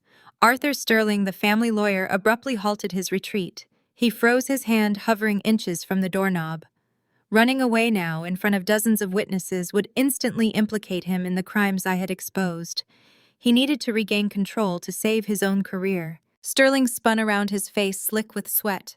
He marched aggressively back into the center of the living room, hauling his expensive briefcase onto the nearest marble table. He snapped the latches open with trembling fingers, reaching inside to pull out a pristine stack of legal documents printed on watermarked paper. He cleared his throat loudly, projecting his voice across the silent crowd. "This is an outrage!" Sterling bellowed, his voice shaking with desperate bravado. He waved the stack of papers, ensuring every guest could see the seals. "What you are attempting to do here today is a malicious manipulation of the facts, Zuri. You are twisting isolated incidents to paint a fraudulent picture. I am the executor of this estate, and I hold in my hand the absolute legally binding truth." He took a step forward, puffing out his chest. "I hold the last will and testament of Beatrice Sinclair." Sterling announced, his voice echoing loudly. "This document was drafted, reviewed, and signed this very morning. It supersedes any previous arrangements. In this binding document, Beatrice explicitly and voluntarily leaves 100% of her entire estate directly to Darius and Chloe. It explicitly disinherits you, Zuri. You have absolutely no legal standing here." The introduction of a new will threw the room into immediate confusion. The guests murmured anxiously, their eyes darting between the sweating attorney and my stoic face. Vivian seized upon this sudden legal lifeline. She stopped her weeping and surged forward, her tear-streaked face twisting into a mask of vindictive fury. She pointed a manicured finger directly at my chest, her eyes wide with a manic energy. "You see," Vivian screamed, her voice cutting through the confused murmurs. She gestured wildly toward the attorney. "You see the truth right there in black and white. Mother wanted us to have it. She signed that document willingly. She wanted to reward the people who took care of her. She knew exactly what she was doing. She knew you were a disappointment, and she wanted to ensure you never touched a single penny of her legacy." Vivian took another step forward, attempting to gaslight the room. She plastered a victimized expression onto her face, turning to address her friends. "She was perfectly lucid this morning," Vivian lied, her voice dripping with sweetness. "She called us into her bedroom, smiled at us, and told us how proud she was of Darius and Chloe. She signed that document with joy in her heart. And now you are trying to ruin her final wishes with these accusations." I did not argue. I did not raise my voice to counter her screams. I did not offer a word of defense against the attorney's bluster. I simply stood my ground, maintaining my composure as I let her lies fill the living room. I allowed her to dig her own grave, letting her publicly confirm her direct involvement in the events of that very morning. When she finally ran out of breath, her chest heaving as she glared at me, I slowly raised my tablet. I simply tapped the glowing digital screen exactly one more time. The massive television mounted directly above the fireplace instantly shifted its display. The stark legal document from the medical board vanished completely. In its place, the screen illuminated the room with crystal clear, flawlessly rendered 4K hidden camera footage. The high-definition video feed was unedited, utterly raw, and brutally revealing. A bright white digital timestamp glowed clearly in the bottom right corner of the screen, verifying that the footage had been recorded at exactly 7:15 this very morning. The wide-angle camera perfectly captured the entirety of Grandma Beatrice's lavish bedroom. The elderly matriarch was lying flat on her back in the center of her massive bed. She looked incredibly frail, her small body nearly swallowed by the heavy duvet. Her eyes were half closed, her head lolling weakly to the side. She was clearly in a state of deep, chemically induced semi-consciousness, completely incapable of basic independent movement, let alone complex legal comprehension. The bedroom door on the screen swung open forcefully. Darius and Richard marched into the room, their faces set in grim expressions. They approached her with the cold efficiency of predators closing in on a helpless target. Darius carried a thick stack of legal documents and a gold fountain pen. Richard moved immediately to the left side of the bed, leaning aggressively over his elderly mother. The audio feed kicked in, broadcasting the sickening reality directly into the silent living room. "Hold her arm down," Darius ordered, his voice cold. "She is moving too much. We need a clean signature or Sterling cannot legally authenticate the transfer." On the massive television screen, Richard Sinclair leaned his considerable physical weight directly over his frail, semi-conscious mother. He forcefully grabbed her thin left arm, pinning it violently against the mattress to prevent her from weakly thrashing. Grandma Beatrice let out a soft, confused moan, her eyes fluttering blindly as she attempted to resist the sudden, brutal physical assault. "Just get it done!" Richard snapped, his face contorted with panicked urgency as he held his own mother down by physical force. "Just put the pen in her hand and force the signature before the heavy sedatives wear off." The crowd watched in paralyzed horror as Darius leaned over the right side of the bed. He aggressively grabbed Grandma Beatrice's limp, unresponsive right hand. He physically pried her shaking fingers apart with brute, unyielding force. He shoved the gold fountain pen deeply into her palm, wrapping his large, muscular hand entirely around her fragile one. He forcefully pressed the pen tip down onto the thick, legal document, using his own physical strength to violently guide her trapped hand across the signature line. He physically forced her to sign away her entire generational wealth while she lay helpless and heavily drugged. The ultimate reversal came a few seconds later. The hidden camera perfectly captured the bedroom doorway in the background of the coercive scene. Vivian Sinclair was standing directly in the doorframe. She was not crying. She was not offering words of comfort. She was standing perfectly still, her arms crossed firmly over her chest, keeping a cold, calculated watch over the hallway to ensure their brutal felony was not interrupted by the nursing staff. She watched her husband and son-in-law physically assault her elderly mother-in-law, and she did nothing but stand guard. The video played in stark, devastating high definition, exposing the exact, irrefutable reality of their horrific crimes. The pristine audio captured the sounds of their harsh whispers, the rustle of the legal papers, and the weak, confused groans of an elderly woman being violently robbed of her agency and legacy. When the brutal footage finally ended, the television screen went completely black. The entire living room was plunged into suffocating silence. It was so profound that it felt as though the air had been violently sucked out of the mansion.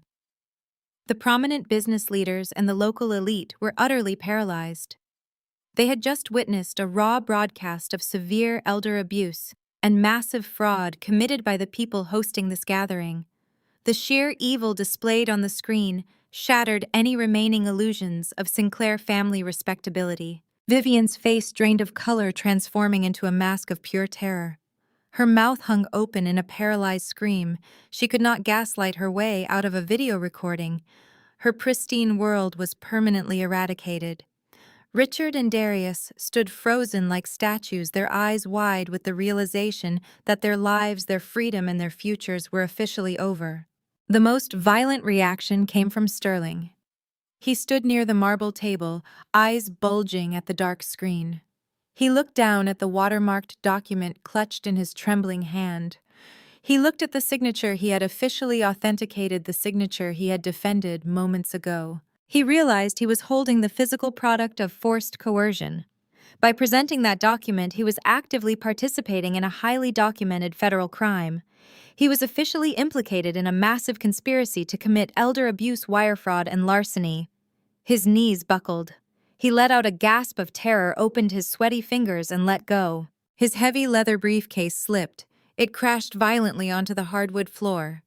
The heavy thud echoed like a gunshot, signaling the destruction of the Sinclair empire. The heavy thud of Arthur Sterling's briefcase hitting the hardwood floor was the undeniable starting gun for total anarchy. A collective gasp from the surrounding elite crowd was instantly sucked out of the room, leaving behind a cold vacuum of pure, unadulterated tension. Darius Sinclair stood entirely frozen in place for exactly 2 seconds. In that microscopic window of time, the charismatic, smooth-talking wealth manager completely died. The charming, polished alpha male facade he had meticulously crafted and worn like a flawless second skin simply evaporated into the air. It peeled away violently, revealing the terrified, cornered, and highly volatile rat scurrying frantically underneath the expensive designer clothing. His handsome features twisted into a grotesque, utterly unrecognizable snarl. The polished veneer cracked immediately, replaced by a feral, cornered desperation. He realized instantly that his practiced charm could no longer save him.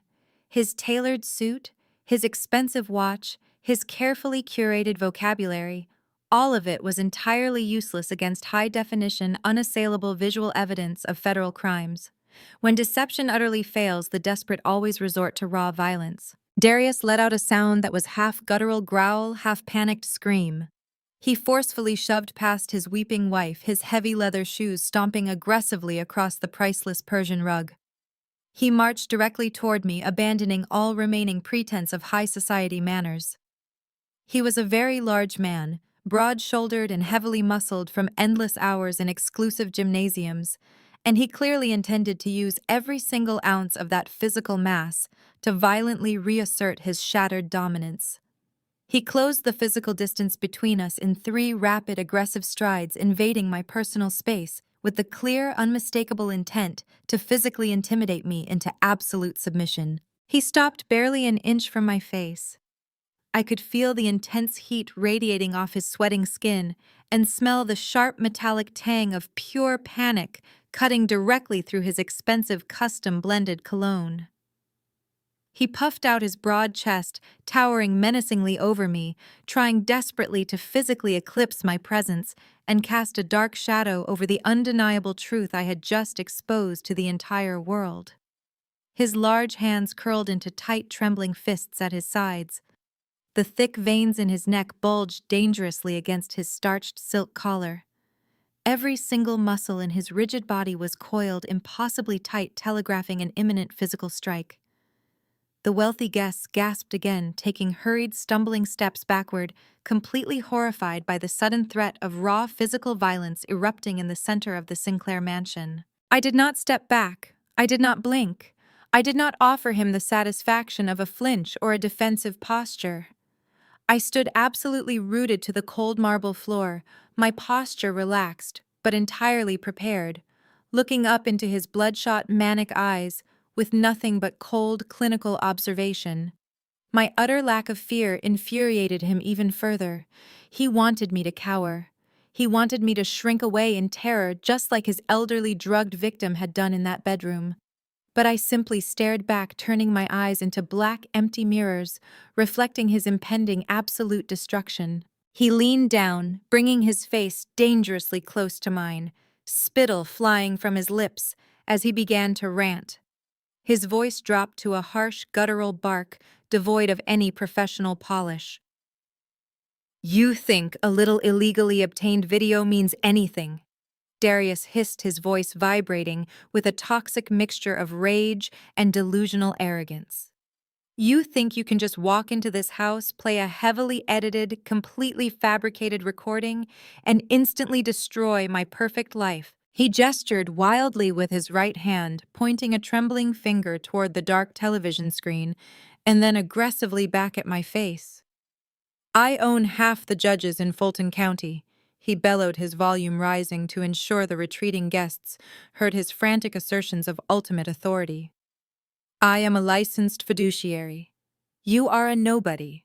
I will crush you, sue you into oblivion, and have you locked in a psych ward by midnight." He stepped even closer, trying to force me to back away. The scent of his panic was overpowering now. "I will hire the most vicious, expensive corporate litigators in the entire state of Georgia. I will sue you into absolute unrecoverable bankruptcy for defamation, corporate sabotage, and criminal trespassing." I will bury you under a mountain of injunctions and legal fees so massive you will never see the light of day again. You will be completely ruined." He paused, his chest heaving violently, his eyes darting frantically around the room to gauge the reaction of his audience. Finding only terrified, disgusted silence, he doubled down on his desperate, delusional threats. "And when I am done bankrupting you, I will make sure you are locked in a psychiatric facility by midnight." He spat, a cruel, mocking smile stretching across his sweating face. "I will have you legally committed. I will have my personal doctors sign sworn affidavits declaring you an active danger to yourself and others. You will vanish into a padded cell, and absolutely no one in this room will lift a single finger to stop it because they all know exactly how crazy you are. You made a fatal mistake coming here today. You signed your own death warrant." The wealthy guests remained entirely silent, serving as dozens of highly credible witnesses to his blatant, unhinged threats of malicious prosecution and forced psychiatric commitment. They heard every single word of his desperate criminal intimidation tactics. He was completely unaware that he was simply providing me with more actionable recorded evidence of his volatile, dangerous nature. I stood perfectly still, letting him rant, letting him exhaust his frantic, hysterical energy. I allowed his toxic words to hang in the suffocating silence of the grand living room, ensuring they were permanently etched into the memories of every single person present. He was caught entirely in the gravitational pull of his own massive, fragile ego, completely blind to the actual reality closing in around him. He truly believed his wealth, his expensive suits, and his corrupt local connections could shield him from the catastrophic consequences of his federal crimes. I did not interrupt his pathetic monologue. I simply let him dig the hole deeper. When he finally stopped shouting, his breath coming in ragged, heavy gasps, he stared at me, waiting for the terror to set in. He waited for me to break down, to apologize, to realize the magnitude of the powerful man I had just crossed. Instead, I calmly raised my left wrist. I deliberately and slowly glanced down at the sleek, minimalist face of my tactical watch. The second hand ticked away with precise mechanical rhythm. I looked back up, meeting his manic, sweating gaze with absolute, unyielding calm. "Are you done, Darius?" I asked, my voice completely flat, stripped of all emotion, sounding incredibly loud in the dead silent room. "Because you have about 30 seconds of freedom left." Darius stared at me for a fraction of a second, before a sudden harsh bark of laughter erupted from his throat. It was a loud, mocking, deeply arrogant sound that echoed jarringly against the vaulted ceilings. He threw his head back, running a shaking hand over his perfectly styled hair, genuinely believing he had won the psychological battle. He looked over at Richard, who was still frozen near the fireplace, and then back at me, his smile twisting into a cruel, victorious sneer. At that exact moment, a faint, high-pitched wail pierced the heavy insulation of the mansion's thick windows. The sound grew rapidly, transforming from a distant whine into a loud, piercing, unmistakable chorus of approaching sirens. The wail multiplied, overlapping into a chaotic, overwhelming crescendo of emergency vehicles tearing up the winding, exclusive driveway of the Sinclair estate. The flashing red and blue lights began to visibly reflect against the heavy silk drapes. Darius laughed even harder, pointing a triumphant finger directly at my face. "You hear that, you psychotic failure?" he taunted, stepping back and spreading his arms wide in a gesture of absolute arrogant victory. "That is the local police. Richard called them 10 minutes ago. My father-in-law called the very same police chief we host for dinner every single Thanksgiving. You thought you had me cornered, but you just trapped yourself. You are the one going away in handcuffs. You are the one being hauled off to a padded cell. You played your hand and you lost completely. I am untouchable." He was so blinded by his own profound narcissistic ego that he failed to notice the distinct heavy rumble of armored tactical vehicles shaking the foundation of the house. He failed to distinguish the sound of standard police cruisers from the aggressive, coordinated arrival of federal task force units. He laughed, completely ignorant of his impending doom. The flashing lights painted his sweating face in alternating shades of stark crimson and deep sapphire, casting long, menacing shadows across the pristine marble floor.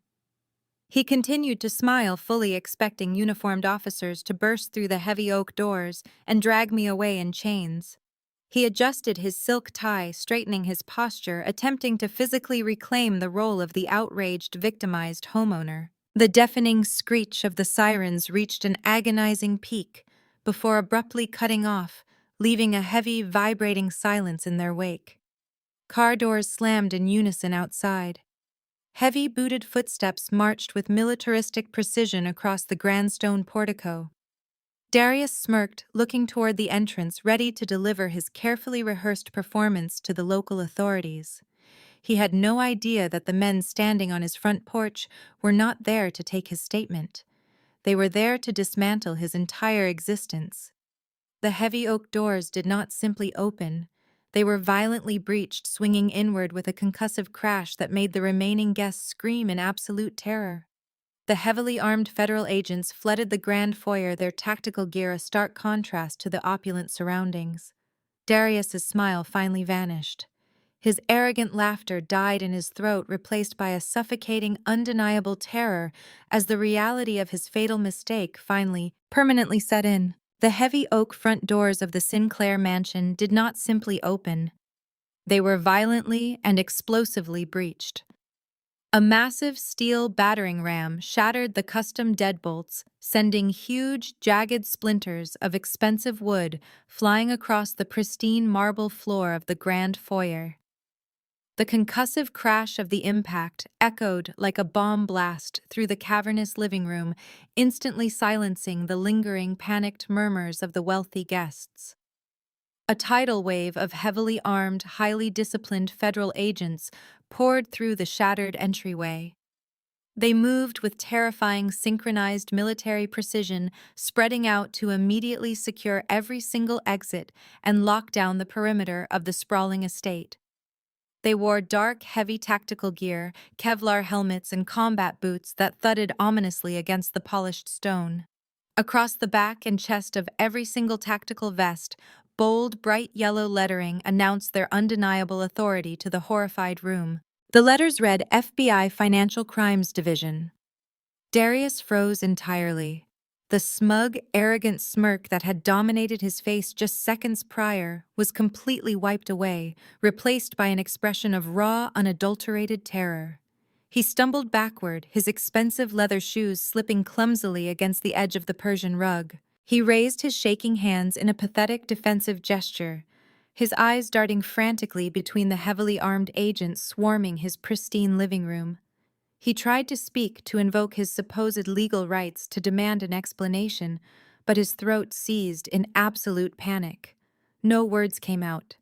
His chest heaved violently as he struggled to comprehend the catastrophic failure of his carefully constructed reality. The wealthy socialites and business elites scattered like terrified insects, pressing themselves flat against the silk wallpaper, desperate to avoid any physical proximity to the unfolding federal raid. Richard Sinclair attempted to intervene desperately, clinging to the evaporating illusion of his patriarchal authority. He puffed out his chest, stepping squarely into the path of the approaching federal agents. He raised his hand imperiously, trying to block their advance into the center of the living room. "Now see here," Richard barked, his voice trembling with a mixture of forced bravado and genuine fear. "I demand to know the meaning of this illegal intrusion. You are trespassing on private property. I demand to speak to the agent in charge immediately." The tactical agents did not even pause to acknowledge his existence. They effortlessly bypassed Richard, brushing past him as if he were nothing more than an inconvenient piece of furniture. They completely ignored his frantic shouting, their eyes scanning the room with cold, professional efficiency. From the center of the tactical formation, a tall, imposing man stepped forward. He wore a crisp, dark suit beneath a lightweight tactical vest, his demeanor radiating absolute, unquestionable command. This was the lead agent. He carried a secure government-issued digital tablet tucked firmly under his right arm. He did not look at Richard. He did not look at Vivian, who was weeping near the grand piano. He did not even look at Darius. Instead, the lead agent walked straight across the room, his eyes locked entirely on me. He bypassed the screaming socialites, the paralyzed family lawyer, and the disgraced plastic surgeon. He marched purposefully toward the woman standing in the center of the chaos, dressed in her cheap clothes. He stopped exactly 2 feet in front of me, his posture stiffening into a position of absolute professional respect. He reached out and extended the secure digital tablet toward me. Target secured, Director. We've frozen all 42 shell accounts. Baisa dasaisis. The title echoed through the massive space like a physical blow. Director. The single word hung heavily in the air, instantly altering the fundamental reality of every single person present. My mother stopped crying mid-sob, her eyes widening in absolute uncomprehending shock. Richard stared at the lead agent, his jaw dropping open, unable to process the profound level of respect being directed at the daughter he had spent decades treating like a miserable burden. Chloe remained slumped on the sofa, her tear-streaked face twisting in profound confusion. The family attorney, still cowering near his dropped briefcase, looked as though he might physically collapse. They all stared at me, struggling desperately to reconcile the pathetic dropout narrative they had relentlessly weaponized against me with the harsh, undeniable reality standing right in front of them. I calmly accepted the secure tablet from the lead agent, my fingers wrapping around the cool metal casing. I quickly scanned the brightly illuminated screen, verifying the encrypted confirmation codes that proved Darius's offshore network had been entirely dismantled. Excellent work, Agent, I replied, my voice steady, clinical, and completely devoid of the emotional vulnerability my family had always expected from me. Ensure the perimeter remains locked down until the extraction team arrives to transport the suspect. I lowered the tablet and slowly turned to face my horrified parents and my disgraced sister. I looked at their pale, terrified faces, taking in the absolute destruction of their unearned arrogance. It was finally time to deliver the final crushing blow to their toxic generational deception. You've spent 18 years calling me a useless dropout. I stated my words, ringing with cold, deliberate clarity. You have spent decades building an entire mythology around my supposed failure. You used my academic record as a convenient punchline to elevate your own pathetic, fragile egos. You told your wealthy friends I was a massive disappointment. You told yourselves I was entirely incapable of navigating your elite, sophisticated world. You genuinely believed your own lies. You thought I was a helpless, uneducated loser who could never possibly match the incredible shining success of your golden child surgeon and your brilliant, wealthy son-in-law. But you were completely wrong. Every single thing you thought you knew about me was an absolute, meticulously maintained fiction. I took a slow step forward, ensuring my voice reached every corner of the silent room. The truth is, the NSA recruited me directly out of my sophomore year. They recognized an exceptional raw talent for complex data analysis and advanced digital cryptography, and they pulled me into a classified, highly restricted training program before you even realized my tuition funds had been stolen. I spent the last decade building a career you could not even begin to comprehend. I operated in shadows, dismantling global financial networks and tracking illicit capital across international borders. I did not need your money, and I certainly did not need your approval. You thought my cheap clothes meant poverty, but they were just camouflage. Today, I am the managing partner of the top forensic cyber intelligence firm in the country. I own the company that major international banks hire when their internal systems are hopelessly compromised. My team consists of the most brilliant digital investigators on the planet. The SEC and the FBI hired me to track down the biggest Ponzi scheme in the Southeast. They hired my firm to dismantle an illegal syndicate that was actively laundering millions of dollars through fake corporate entities and fraudulent offshore banking vehicles. We have spent the last 8 months quietly ripping apart the criminal infrastructure you so proudly thought was impenetrable. I turned slowly, my eyes locking onto the trembling, sweaty figure of Darius Sinclair. He was backing away, shaking his head in absolute denial, his breathing rapid and shallow. He looked exactly like a trapped animal, finally realizing the walls had closed in completely. "You thought you were a genius, Darius," I said, my voice dropping to a low, dangerous register. "You thought you could siphon millions from your elite clients, hide the stolen funds behind layers of corporate encryption, and use my grandmother's generational wealth to cover your massive bleeding margins. You thought your sloppy, amateurish digital routing could hide your crimes from the authorities? You thought you were the smartest person in the room, but you were nothing more than a loud, clumsy thief leaving a massive digital footprint. You played right into our trap, and now there is absolutely no escape for you." I raised my arm, pointing my index finger dead at his chest. The gesture was final, an absolute execution of his freedom. "And you, Darius, are my primary target. You have been the central focus of our massive multi-agency federal investigation. Every single phone call you made, every encrypted email you sent, every offshore wire transfer you initiated was meticulously tracked, cataloged, and recorded by my team. We let you continue your pathetic charade just long enough to identify every single one of your accomplices and trace every single stolen dollar. Your life is permanently over." The federal agents stepped forward, their heavy boots thudding against the marble, moving swiftly to execute the final arrest. The handcuffs clicked shut with a loud metallic snap, officially ending the Sinclair empire. It was an absolute victory. I had successfully destroyed the monsters who raised me, and I had permanently protected my beloved grandmother from their evil grasp. My systematic dismantling of this fraudulent reality was not quite finished. I turned my attention away from the sniveling, defeated form of Darius Sinclair and deliberately swept my cold gaze across the paralyzed audience. The expansive living room was completely packed with the most prominent members of the Atlanta high society. These were the very people who had actively mocked my cheap clothes and celebrated my malicious exclusion from this family. I saw the esteemed local pastor standing frozen near the grand piano. I saw the pretentious Jack and Jill board members clutching designer handbags near the shattered front entrance. I saw the wealthy country club socialites huddled together in sheer terror. They had all eagerly participated in the toxic Sinclair illusion.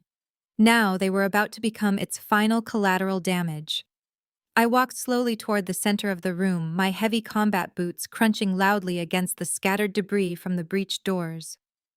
The federal agents maintained a tight, impenetrable perimeter around Darius, their weapons lowered, but their posture fiercely vigilant.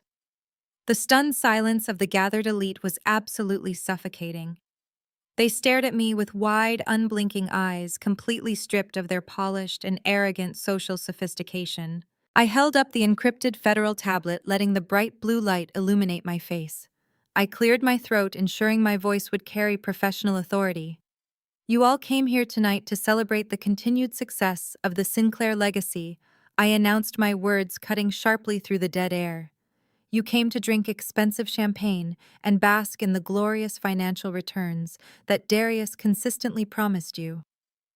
I watched as several wealthy investors nodded slowly, their faces pale with mounting dread. They were finally beginning to realize that the federal raid was not just about my poor grandmother's money. I locked eyes with the pastor, whose massive mega-church building fund was entirely managed by Darius. "For those of you who let Darius manage your retirement funds, you have exactly $0 left," I stated, deliberately removing any trace of empathy from my cold tone. "For those who entrusted him with your massive church donations, your generational wealth, and your children's college accounts, everything vanished." The harsh words struck the room like a physical shockwave. The Jack and Jill president gasped loudly, dropping her crystal champagne flute. It shattered violently against the marble floor, mirroring their entirely broken reality. "He used your money to fund his wife's failing clinic and his father-in-law's gambling debts," I continued, mercilessly twisting the proverbial knife. "Darius did not invest your millions in lucrative real estate ventures or high-yield tech stocks. He actively funneled your hard-earned capital through a complex web of 42 illegal shell companies to maintain this pathetic, fraudulent mansion. He bought Chloe's fake designer handbags and Richard's rented luxury vehicles using your stolen retirement savings. You are all completely bankrupt, and the man responsible is standing right behind me at this very precise point in time. The psychological impact of my revelation was immediate and absolutely catastrophic. The polite elite society facade evaporated in a single fraction of a second. The sophisticated billionaires and elegant socialites instantly transformed into a vicious, hysterical mob. The pastor, a man famous for his calm televised sermons, let out a furious, blood-curdling scream. He lunged aggressively across the room, his fists swinging wildly toward Darius's face. Two other prominent country club members joined the violent charge, completely abandoning their expensive tailoring and refined manners. They violently tackled Richard against the grand piano, sending a massive floral arrangement crashing straight downward. The elegant living room turned into an active war zone. Wealthy women shrieked in genuine terror as the physical violence escalated uncontrollably. The Jack and Jill members, realizing their entire social standing was financially obliterated, began throwing expensive decorative objects at Chloe. She cowered pathetically beneath a glass coffee table, sobbing hysterically, as her former friends hurled verbal abuse and heavy crystal vases in her general direction. The sheer magnitude of the betrayal had broken their minds. They had worshipped the Sinclair family, elevating them to untouchable royalty, only to discover they were nothing but lowly parasitic thieves feeding on them. Darius was cornered against the fireplace, desperately trying to shield his face from the furious blows of his former clients. The federal agents immediately sprang into defensive action. They formed a tight protective ring around their high-value target, violently shoving the enraged country club members aggressively backward.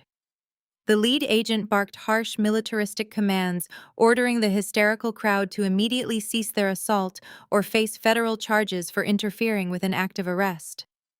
The threat of federal prison time barely slowed the frantic mob.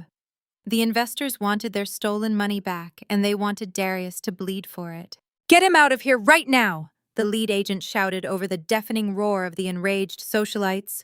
"We have a hostile crowd and a compromised perimeter.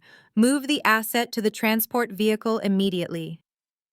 Three heavily armored agents grabbed Darius by his tailored shoulders, physically lifting him off the marble floor. They dragged him violently toward the shattered front entrance. Darius fought against their iron grips, his expensive suit ripping loudly at the seams. His perfectly styled hair was matted with sweat, and his face was bruised from the brief physical altercation with the furious mega-church pastor. "You cannot do this to me," Darius screamed, his voice cracking with absolute raw panic. "I am Darius Sinclair. I am a respected executive. You have absolutely no right to touch me. I demand to speak to my personal lawyer. I demand a phone call right now." His pathetic pleas were entirely ignored by the highly focused federal tactical team. They hauled him through the grand foyer, their heavy boots crushing the scattered debris of the broken oak doors. The angry mob of ruined investors followed closely behind, screaming terrible curses and throwing half-empty champagne glasses at his head. I stood perfectly still in the center of the devastated living room, watching the complete and total eradication of Darius Sinclair's carefully curated existence. He was physically dragged out of his fraudulent mansion, kicking and screaming like a petulant, terrified child. The flashing red and blue lights of the armored federal transport vehicles illuminated his pathetic, struggling form in the driveway. His lucrative career was permanently dismantled. His pristine reputation was completely shattered into a million tiny, unrecoverable fragments. His precious freedom was utterly destroyed. He was going to spend the rest of his miserable life inside federal prison walls. Richard Sinclair was sobbing openly near the piano, bleeding from a cut on his forehead where a country club member had forcefully struck him with a heavy silver serving tray. Vivian was curled into a tight, trembling ball on the floor, her expensive silk gown soaked in spilled champagne, and muddy water tracked in by the tactical boots. She clutched her head desperately, trying to block out the deafening screams of the angry investors who were actively destroying her precious curated sanctuary. The illusion of their elite generational superiority had been violently, mercilessly ripped away, exposing their profoundly ugly crimes. I walked slowly toward the ruined front entrance, my secure federal tablet clutched tightly in my right hand. The crisp night air rushed in through the shattered doors, clearing the suffocating stench of expensive perfume and cheap deception from the grand foyer. Outside, I watched the heavy steel doors of the armored transport van slam shut, permanently trapping Darius inside the dark metallic cage. The wailing sirens roared back to life, echoing loudly through the exclusive gated community. The loud, aggressive noise served as a harsh, undeniable broadcast to the entire neighborhood that the Sinclair family was absolutely finally finished. I turned my back on the departing federal vehicles and surveyed the absolute wreckage of my childhood home. The beautiful, opulent space I had always been excluded from was now a literal crime scene, completely decimated by the righteous fury of a betrayed community. The socialites were weeping, mourning the instant loss of their retirement funds and their fake social stability.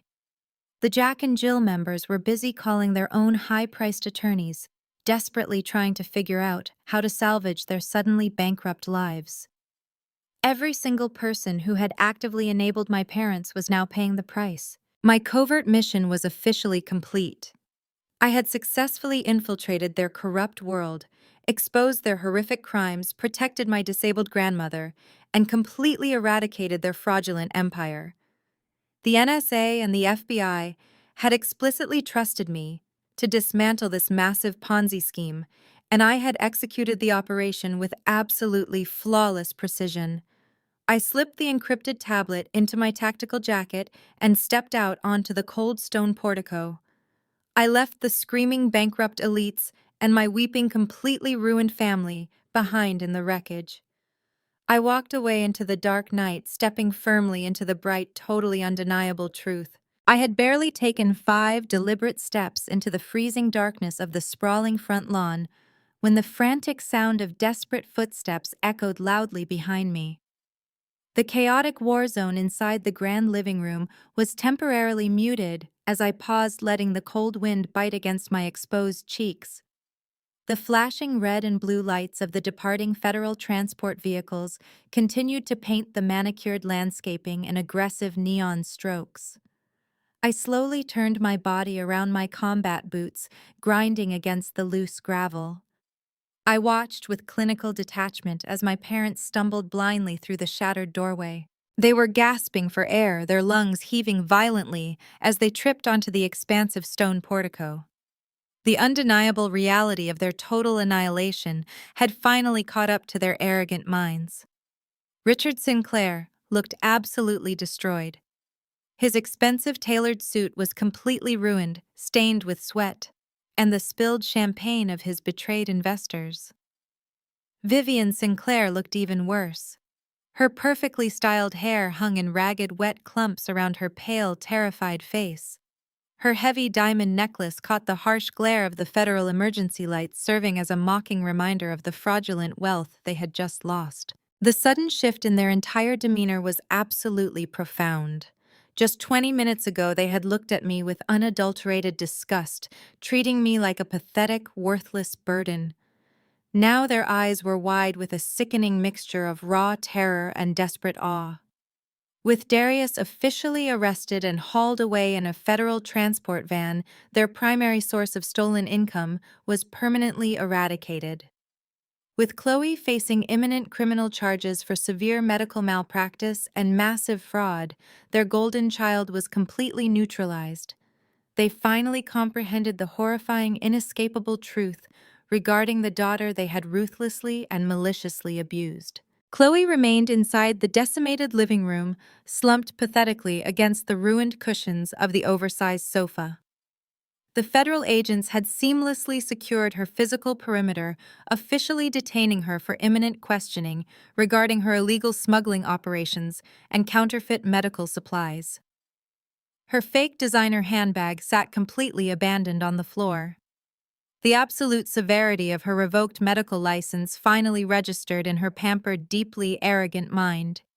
She was weeping uncontrollably, thoroughly paralyzed by the sudden violent collapse of her perfectly curated, heavily filtered elite reality. Her complete professional ruin permanently destroyed the final pillar of the Sinclair family deception. They realized that the useless dropout they had aggressively mocked was actually a highly powerful federal operative and a legitimate multimillionaire. They recognized that I held the absolute power to either save them from their catastrophic ruin or let them drown completely in their own malicious creation. The realization physically altered their posture. Richard slumped forward, his broad shoulders caving inward as the heavy burden of his massive secret gambling debts crashed down upon his frail spine. He could no longer hide behind his fake patriarchal authority. He was nothing but a broken, pathetic old man facing severe legal consequences. Vivian Sinclair pushed past her defeated husband, her expensive heels clicking erratically against the cold stone surface of the portico. She lunged toward me with a manic, unhinged energy, completely abandoning her refined, elite society etiquette. Her hands reached out desperately, her fingers clawing at the empty air between us. She closed the physical distance, her chest heaving as she stared up at my stoic, uncompromising face. The fake, superficial disgust she had harbored for me had completely vanished, instantly replaced by a truly pathetic, sycophantic desperation. She needed a savior, and I was her absolute last remaining viable option. Vivian collapsed entirely, her knees slamming violently against the freezing, unforgiving stone of the grand entryway. The sudden impact echoed loudly, but she did not seem to feel the physical pain. She looked up at me from the ground, her face contorted into a mask of pure, unadulterated misery. For the first time in my entire existence, I watched my mother cry genuine, authentic tears. These were not the calculated, manipulative sobs she used to control Richard or gaslight the country club socialites. These were the panicked, hysterical tears of a deeply arrogant woman facing absolute, total, unavoidable financial destitution. She reached forward, her manicured hands desperately grabbing the hem of my cheap denim jacket. Her grip was incredibly tight, her knuckles turning completely white as she clung to me like a drowning victim clinging to a tiny life raft. "Zuri, baby, we are family!" Vivian wailed, her voice cracking wildly as the genuine tears streamed heavily down her pale, terrified cheeks. "We pushed you so you could be strong."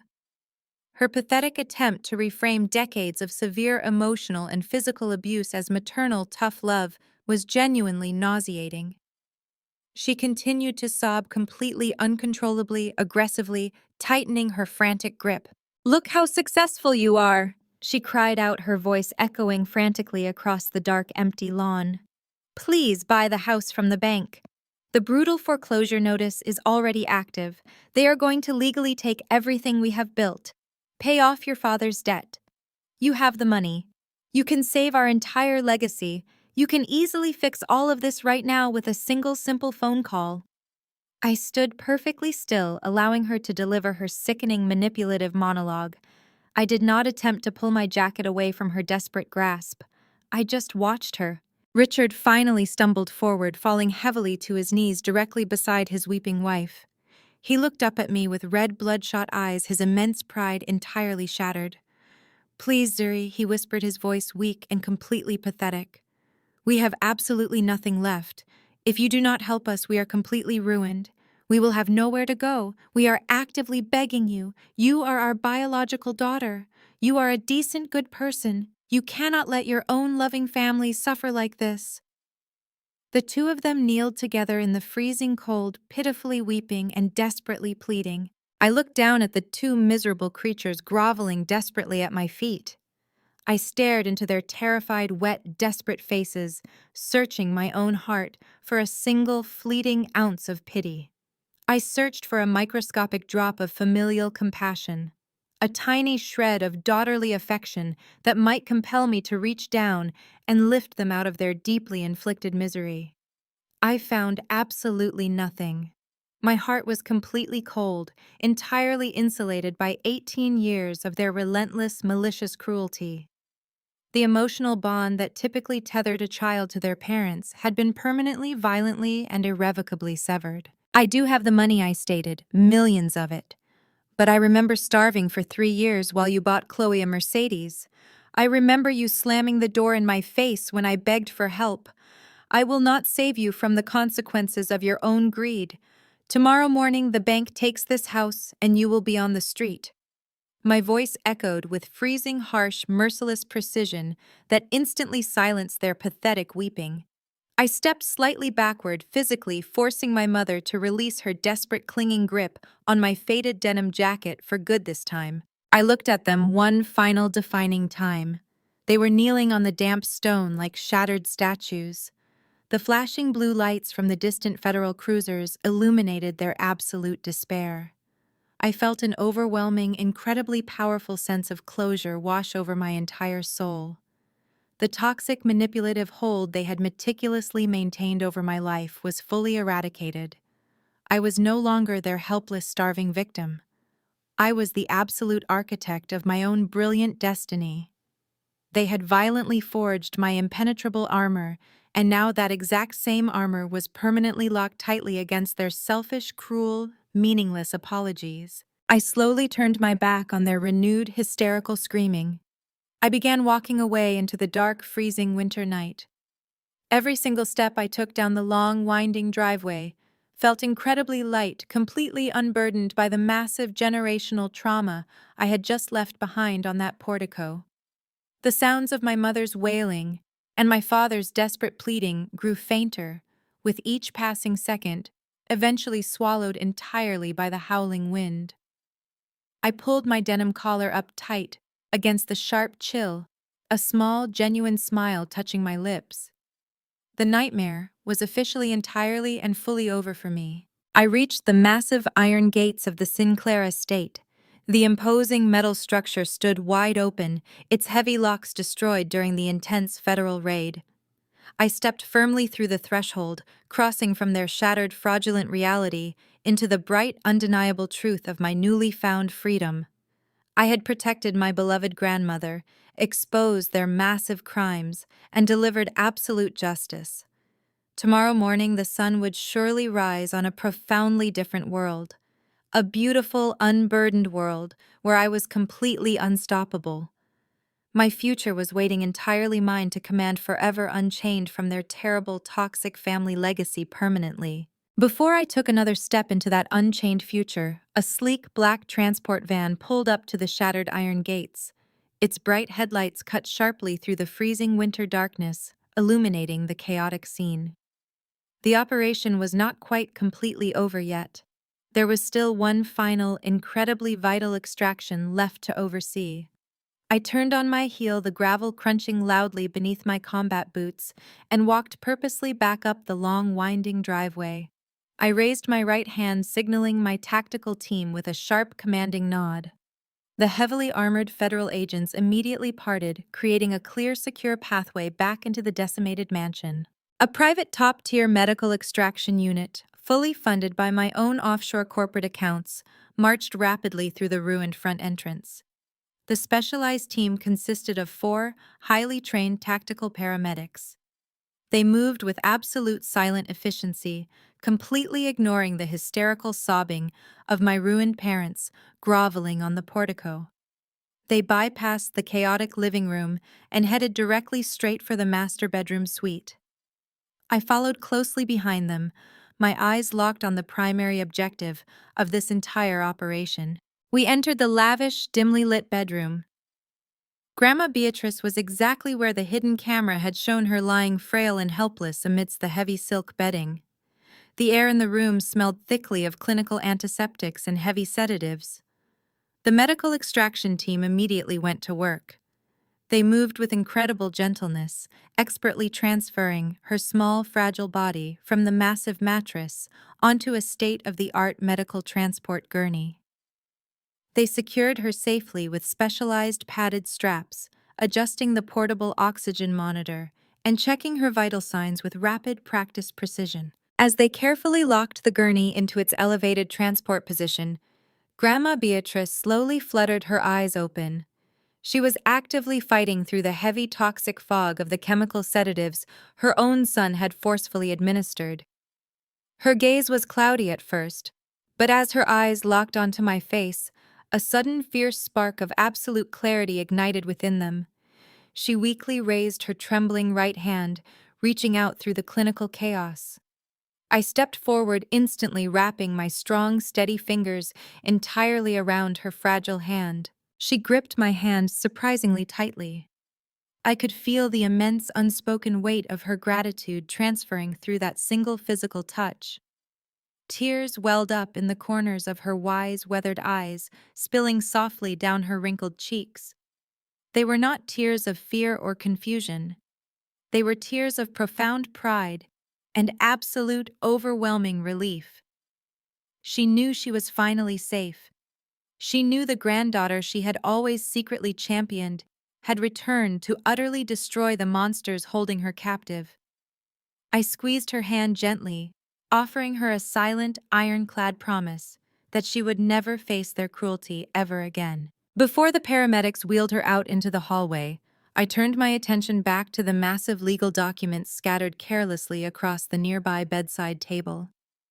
I reached down and picked up the fraudulent, heavily forged power of attorney document that Darius and Richard had violently forced her to sign. The thick, watermarked paper felt disgusting in my hands. I carried the damning document back out into the grand foyer where my father was still weeping pathetically on the floor. I stopped directly in front of him, looking down at his ruined, cowardly form. I held up the forged document, ensuring he could see the fake signature clearly. With a single sharp, violent motion, I ripped the thick paper entirely in half. I tore it again and again, shredding their fraudulent legal claim into tiny, useless fragments. I opened my hands and let the torn pieces flutter softly down onto his lap like dirty, contaminated snow. I already filed the real, legally binding medical proxy this morning with a federal judge. I stated, my voice echoing with absolute freezing finality. I possess full, uncontested legal guardianship over her medical and financial estate. The federal court has already approved the emergency injunction. You will never be allowed within 500 feet of her again.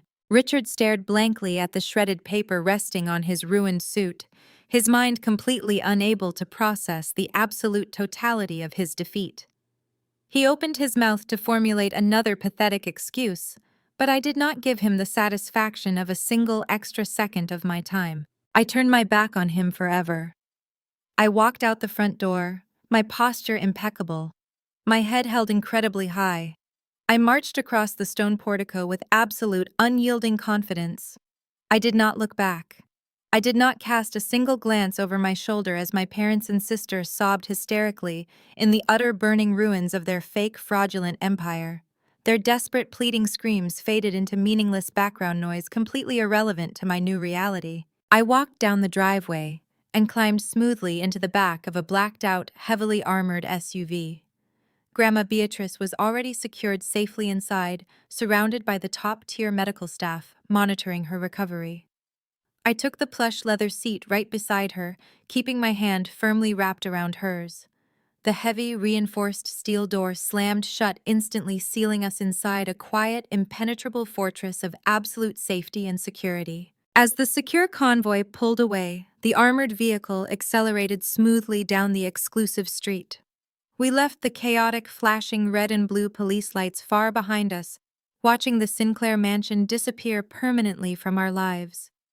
I looked out the tinted window. The long, dark winter day was finally ending. In the far distance, a brilliant, vibrant sunset was beginning to pierce the horizon, washing the sky in stunning shades of gold and crimson.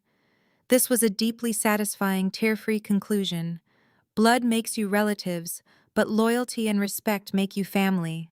And sometimes the best thing you can do with a burning bridge is use the light to find your own way forward.